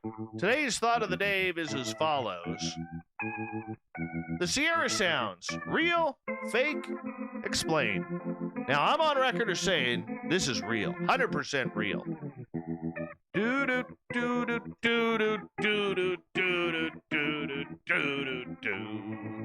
Kevin, first word. Have not heard them to judge. Oh, Kevin, we'll give you a little fish shaking for that. Shannon Banana, yes, I live in the eastern Sierras and have heard recordings and stories, but with the wildfires that have been ravaging California forests for months now, where have they gone? Alan, Sierra Sounds are to Bigfoot audio as the Patterson-Gimlin clip is to video. I agree. Eric with a K, we are his 4th favorite show. 4th. Are you playing the Sierra Sounds tonight? I already played him, Eric. Already played him. No Marty tonight. No Marty. What is a guy to do when you don't have Marty? Anyways, let's move on. Daryl, so very real. All you have to do is believe. To believe is just listen to the sounds. Alex Mistretta wrote this without a t-shirt. Real. They are compare favorably with other alleged Bigfoot vocalization. The most interesting aspect of the Sierra Sounds and others is that further way communication, presumably between Bigfoots, appear to be a proto-language. Sounds like actual communication with information. The closer sounds that have been seemingly directed at us when we get closer, sometimes accompanied by bluff charging, is very, very different in pitch and sound. It is more ape-like and guttural. Okay, guttural. We need to use that word a little bit more around here. Corey Foote from Wibbs. No doubt they are real. I don't think people realize how significant that audio is. The proof is right there. I would like to say I would try and stay at camp in that situation and get the evidence that they did, but I can't confidently say that. Those dudes have some balls. Reverend Keith, can I get an amen for Reverend Keith? Amen. Can I tell or can't tell I would have needed to measure the character of the person recording? Tom, real sounds from long time ago. Only why no repeats in the future? Same goes for the talking Bigfoot. Why all of a sudden zip, nothing, no more vocalizing? Davey, post a picture of a Ford Sierra Cosworth. Very real. Very ugly, too, by the way. Very ugly. Tim, real. They were out in the middle of nowhere, 2-day hike in after vehicles, a lot of effort to plan an elaborate ruse. Brian Bowden literally has 24,000 podcasts that he hosts on a daily basis. Some as short as 1 minute. A military code and linguistic expert has determined that it is 100% authentic. Well, let's see. What else does Alex say here? Alex says something else. Let's see here. Oh, they're insulting me. Let's see here. Alex says, Tom, he's talking to Tom and Dritzos, which is why I always bring someone slower and in worse shape than me along. In case we have to run, Dave Scott will be part of one of my upcoming trips. It's to show dominance in the wild. I'm like Putin. Thanks, Alex. Thanks, Alex. I appreciate being your sacrificial lamb when we go looking for predators in the Canadian forest. When you're finally able to come across the border, we can do that Sasquatch hunt, my friend. Thank you to everybody participating in the Thought of the Dave on Twitter and Facebook. We will do it all again tomorrow. Thank you to Captain Shirk for an amazing news rush, and to Ronald Morehead for coming on into the show and playing and talking about the amazing Sierra Sounds. I am such a believer in those. Such a believer. And I think you guys should too. Why? Because I think it's real. I honestly do believe it's real. 100%.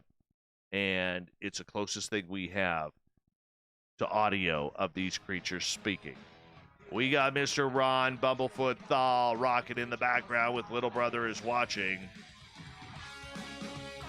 Bumblefoot is the official music of Spaced Out Radio, rocking us in and out of every single show.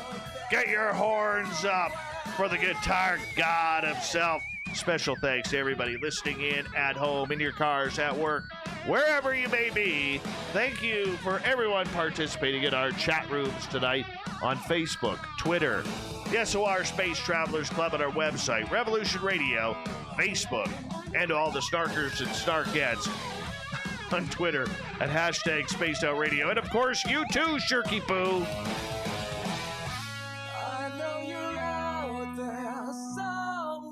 Remember, this show is copyright by Spaced Out Radio and SOR Media Ventures Limited. Thank you so much for choosing to share your evening with us, because together, my friends, make a mistake. We're watching. We own the night. Mr. Bumblefoot, we need a favor. We need you to take us home.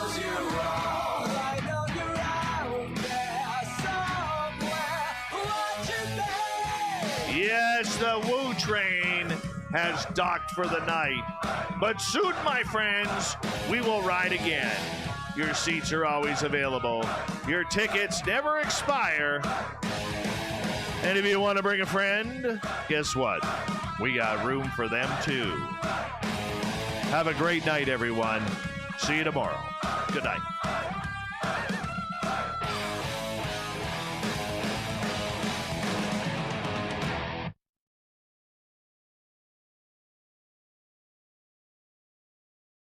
I could see Super Quest going like, yeah, baby. Yeah. 207 people. 143 likes. Unbelievable. Unbelievable. Thank you so much, everyone. There's Shirky Poo. She's still texting me. She's a textaholic. Honestly, I love Shirky Poo. She is a textaholic. She's a, well, I'm just going to sneak a little text in here and a little text in there, and here a text, there a text, everywhere a text. Old mate Shirky had a farm, or had a text, E-I-E-I-O. Glad you guys put me in a good mood tonight. Thank you. This is awesome. I know you're listening, Shirky Poo. You're giving me that text. I'm going to sleep right now. Oh, Shirky Poo's, just so you all know, Shirky Poo, her favorite song is Rob Zombie's Everybody's Fucking in a UFO. Yeah. I don't know why, but it just is. That's Shirky Poo for you.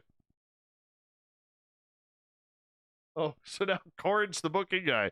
I got it now. You want me to start texting you nonstop during the show. Got it. No, Shirky Poo doesn't text me during the show. She texts me in the commercial breaks.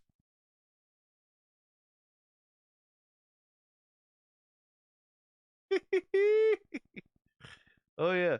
Hey, Bombshell Bomber, you could use that as your wedding song. Who's the lucky dude, Bombshell Bomber? Do we need to meet this gentleman? Maybe we want to critique who it is. I don't know. Maybe we need to. To the 151 people, I'm sure a number of you are here for the first time. So after the show here, normally what we do is we just kind of chat around. People will chat in the chat room, so you're more than welcome to join them and say hello if you're comfortable enough with doing that, or or whatever you want to do. And anyways, that's kind of what we do. I'm going to go into an editing mode here momentarily because I have to edit this show. And I have to see how the audio sounds here. Because I know it wasn't too pleasant earlier. Okay, so...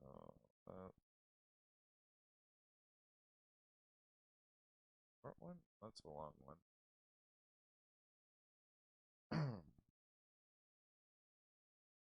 Up next, this is Jeff's favorite part of the show, the Desert Clam, where I shut up and he gets to watch me edit. Always tells me this is his favorite part. I don't know why.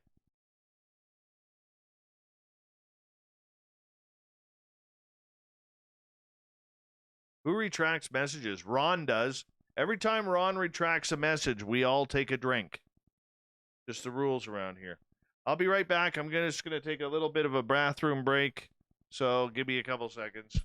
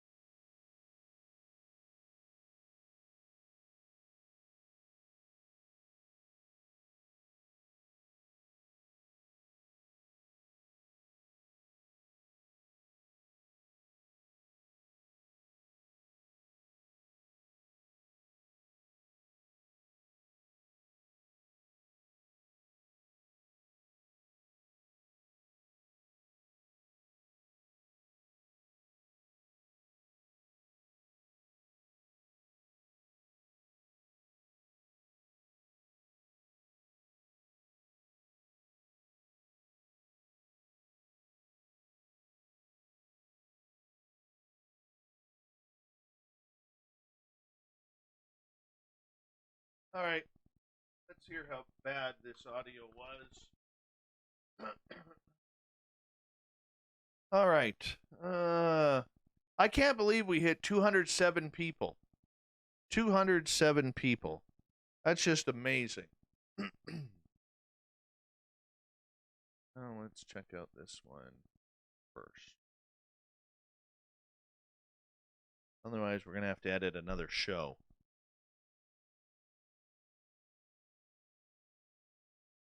Oh, that's terrible.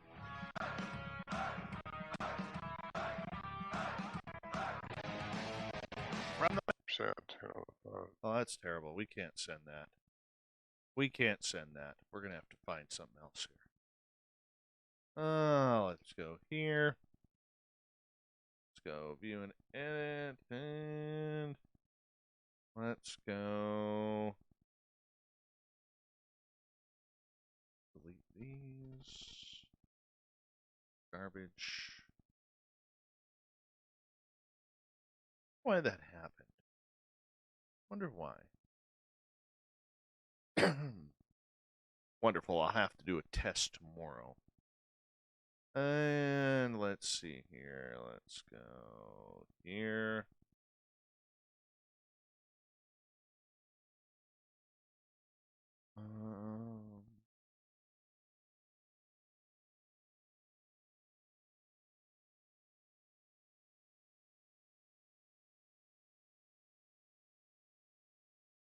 We'll download this one. I don't know why that happened. Anyways, it did. Not much we can do about it. Normally this would stress me out, but I'm having kind of a good night tonight. So we'll just play this one.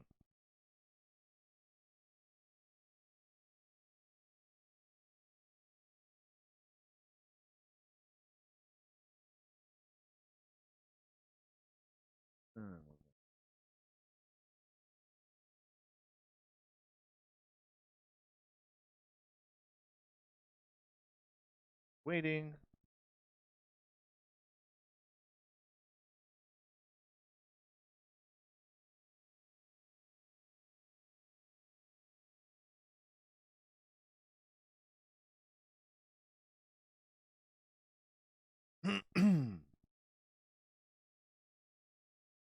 Any hoodles? How we all doing? That was an exciting night. Great show.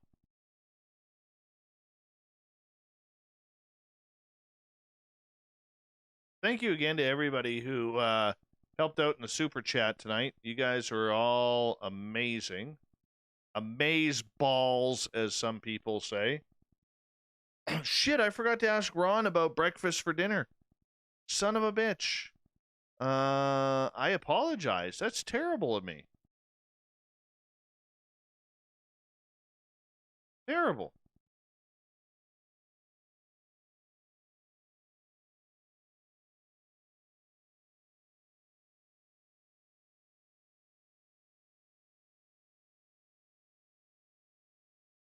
Yeah, we'll bring him back on.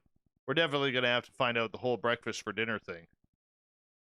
I was just so excited to have him on. Can't believe I forgot that stuff. That's important stuff that we got to get to.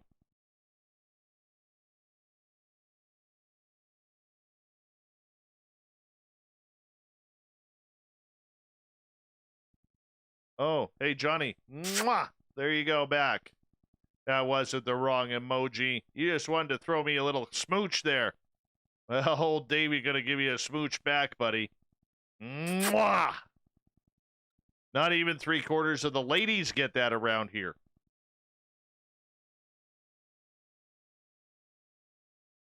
All right, let's move that one over.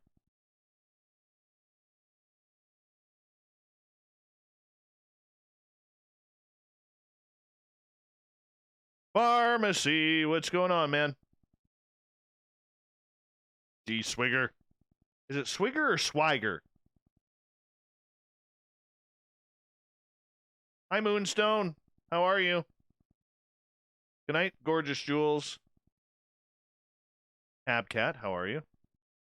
Teresa, you're looking stunning tonight. Absolutely stunning, as per usual.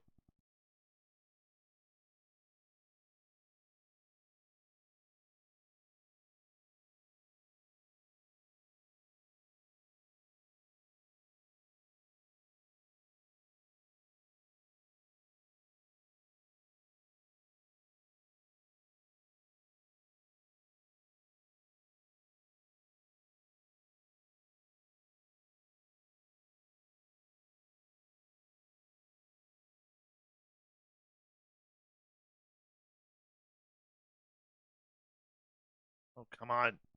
Go to the place that I want you to go.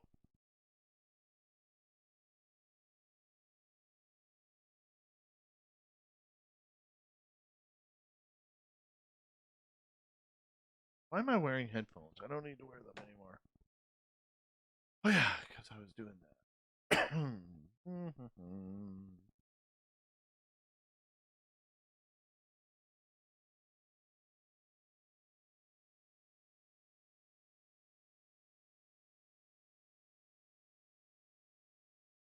Swagger like tiger. Okay. Thank you.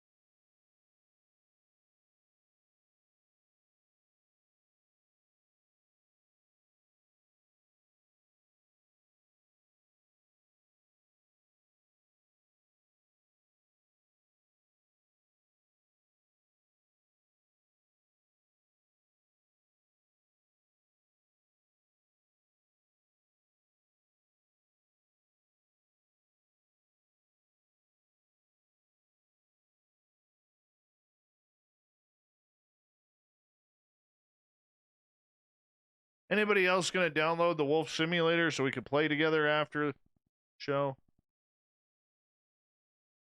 I usually play for like 10, 15 minutes. Go get my coins and then get the hell out.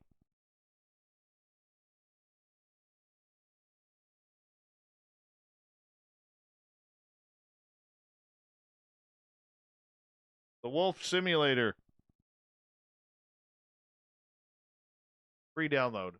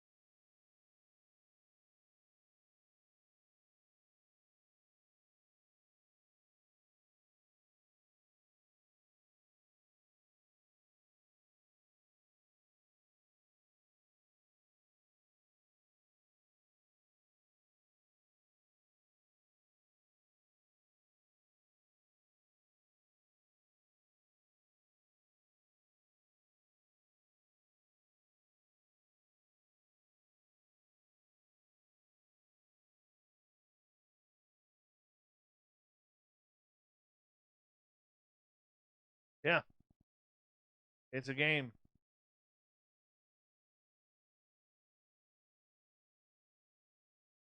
You got to build up your wolf, though. Mine's pretty high. Not the highest, but I'm still building it. I enjoy it.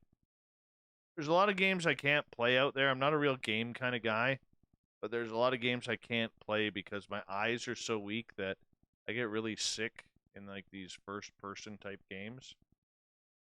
Like I don't play Call of Duty or anything like that. Drives my eyes nuts.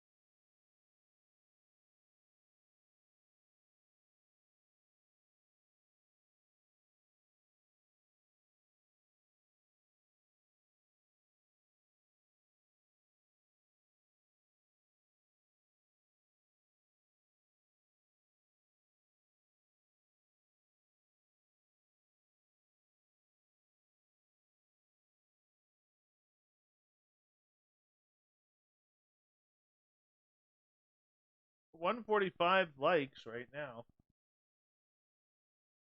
I think we got 6 thumbs down. Let's check. This is how it ends. Oh, 4 thumbs down.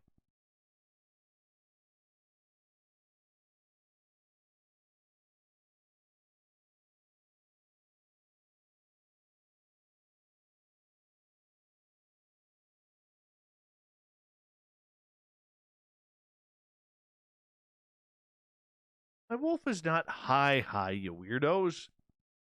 Get your minds out of the sky with diamonds. Terrible.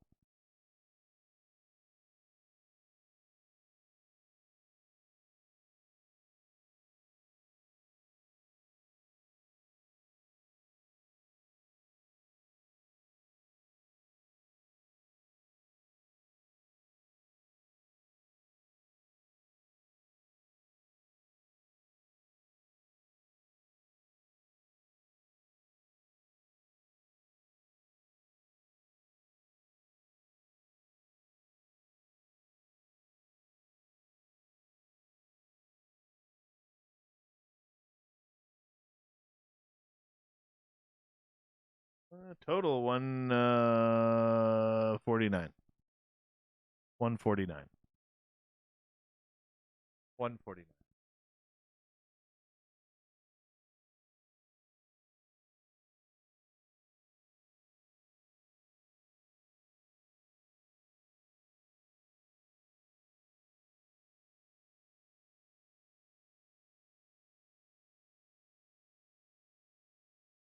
Where does everybody go after you're done with this show? Like when I go off to bed, for all you night owls out there, where do y'all go? What do? Do you go to bed? Do you go to a different show? Outside of Corinth, who goes to Pornhub?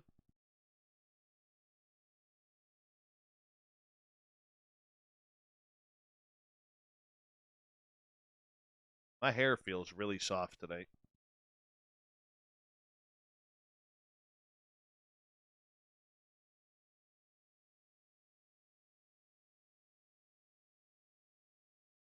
I'm always curious about that. Where do you go? Where do you go now? Where do you go? Where do you go? Oh, where do you go now? Where do you go, sweet child?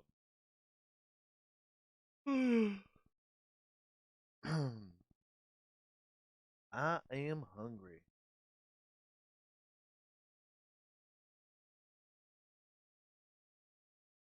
I am hungry.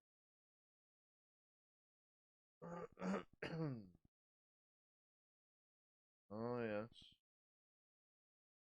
Princess Denali goes searching for woo. Teresa likes her YouTube politics. Corey runs down the street naked looking for female Sasquatch. Hasn't found one yet. Aussie Mark. It's dinner time for me. You sign off about 5:36 p.m. Oh, that's awesome. Moonstone goes to bed. Denali eats tacos. Hey, everybody, time to get your verification codes ready. Because we must verify. It is that time of the night where we must verify.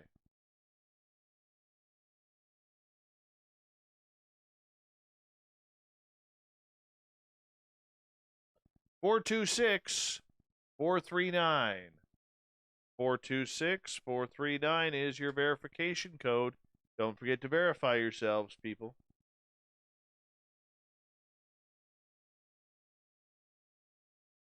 Swagger does shamanic stuff. It's a case. Oh.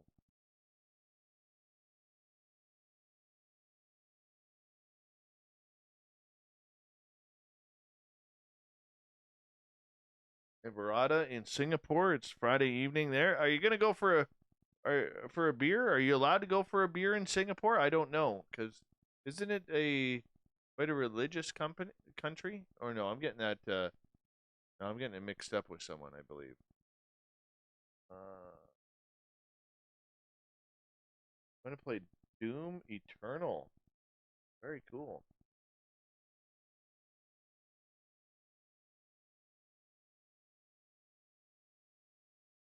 I gotta look on a map here. Silly me.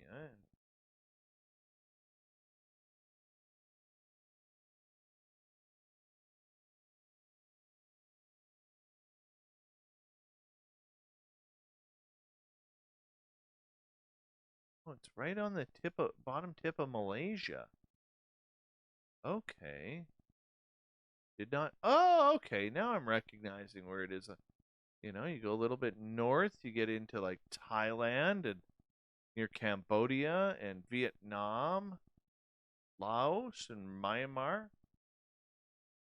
Very cool. Very cool.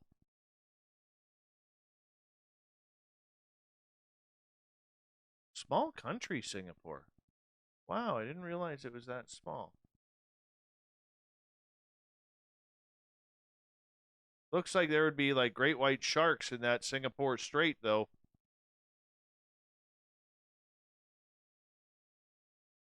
Just saying. I mean, who am I? But that looks like there's some sharks there.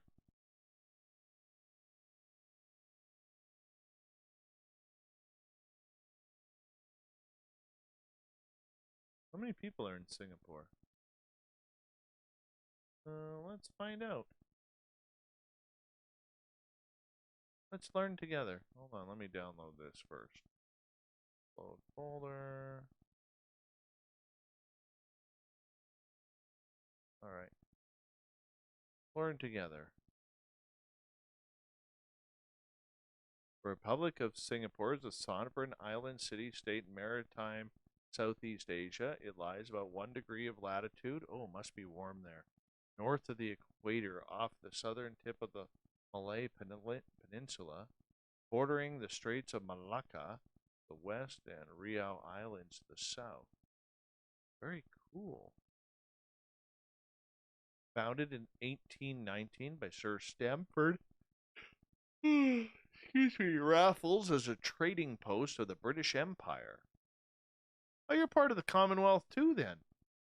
Very cool. All right, what's the population? 5,703,000.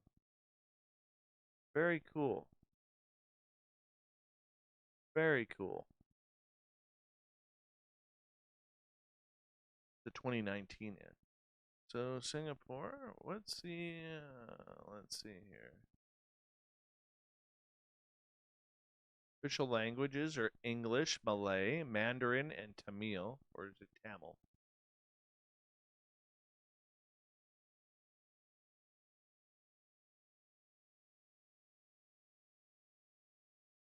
Very cool.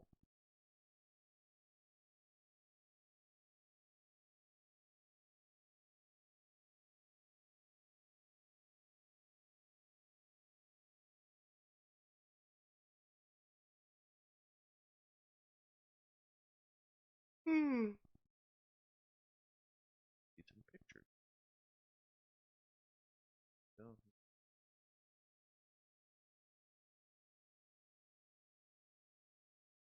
Really, Google? Really?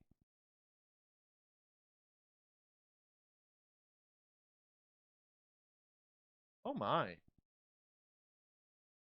Oh, it is gorgeous.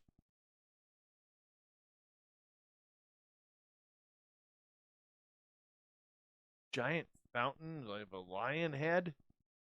That is wicked. And with like a fish body. That is cool. What is that building? It's like 3 towers with like a connecting rooftop.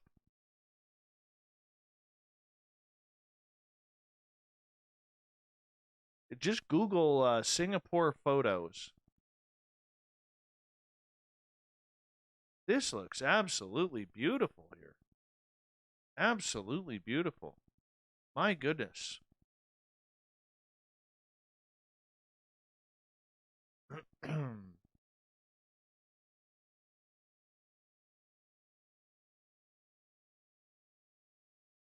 Wow. I had no clue. No clue whatsoever. This place, I mean, looking at these photos here, this place is gorgeous. Look at the colors. And the architecture and the buildings. Wow. Oh, this is amazing.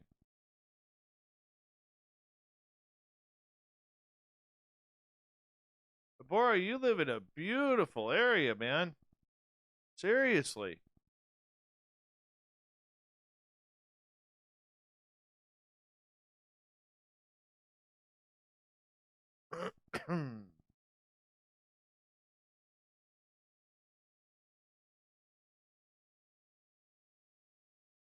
That's just gorgeous.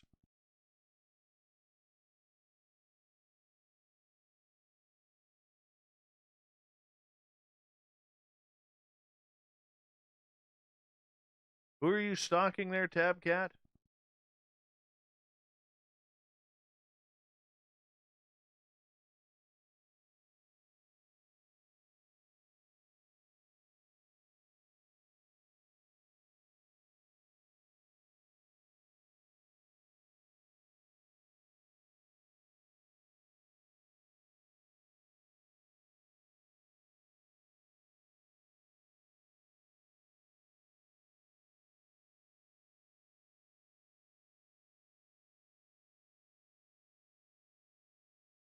We got to bring the show to Singapore.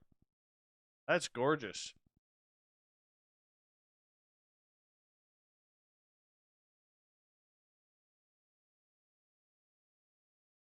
One done. Two done.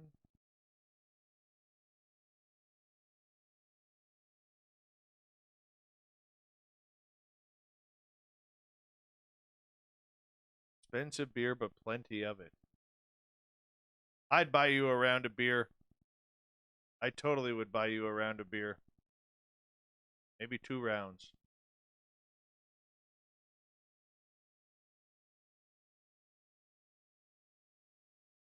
Let's see. Vancouver to Singapore. What are we doing here? How long? Let's see here.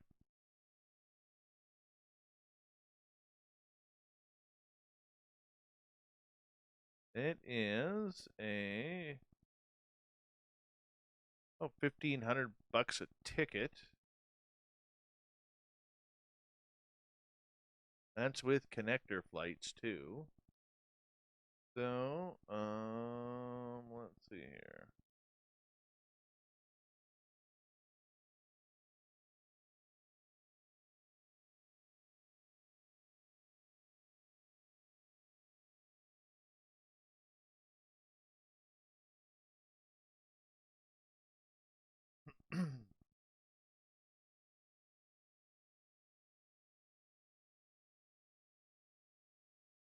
How far is Singapore?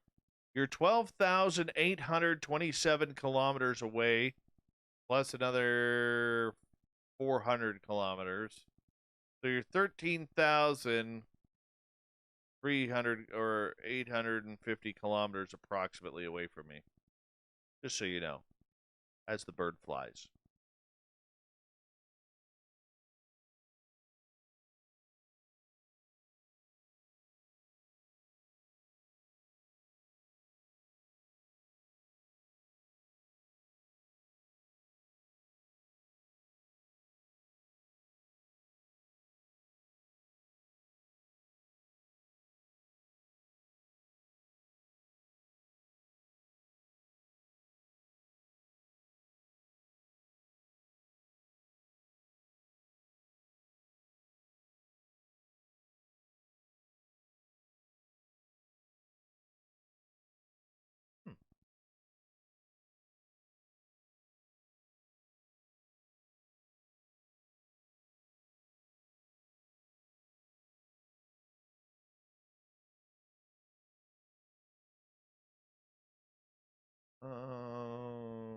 Let's see here.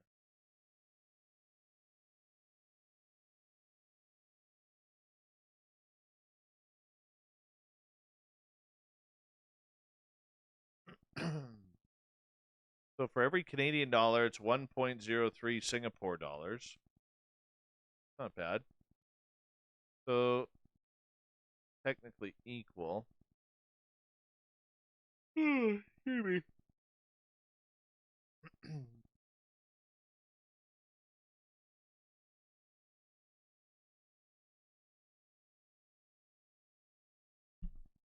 It's kind of cool, actually. You know, it's almost cheaper to go to Singapore, even if you sit in the cargo bay, than it is to travel to Toronto one way. Good night, gorgeous Teresa.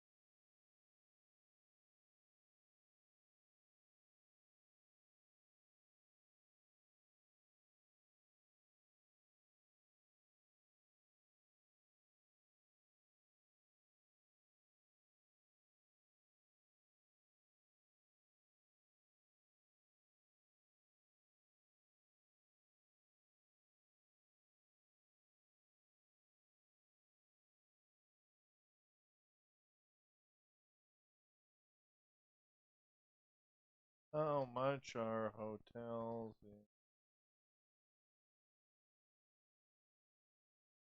Let's see, what is the rates here?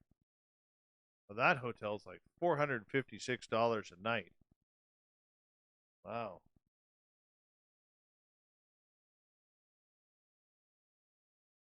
I assume that's a 4.7 star.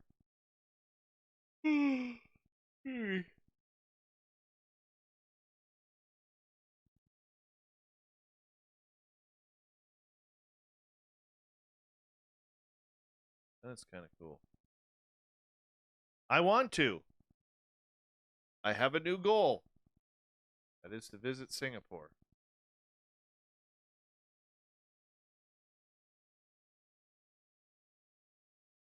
I think I want to go there. I totally think so.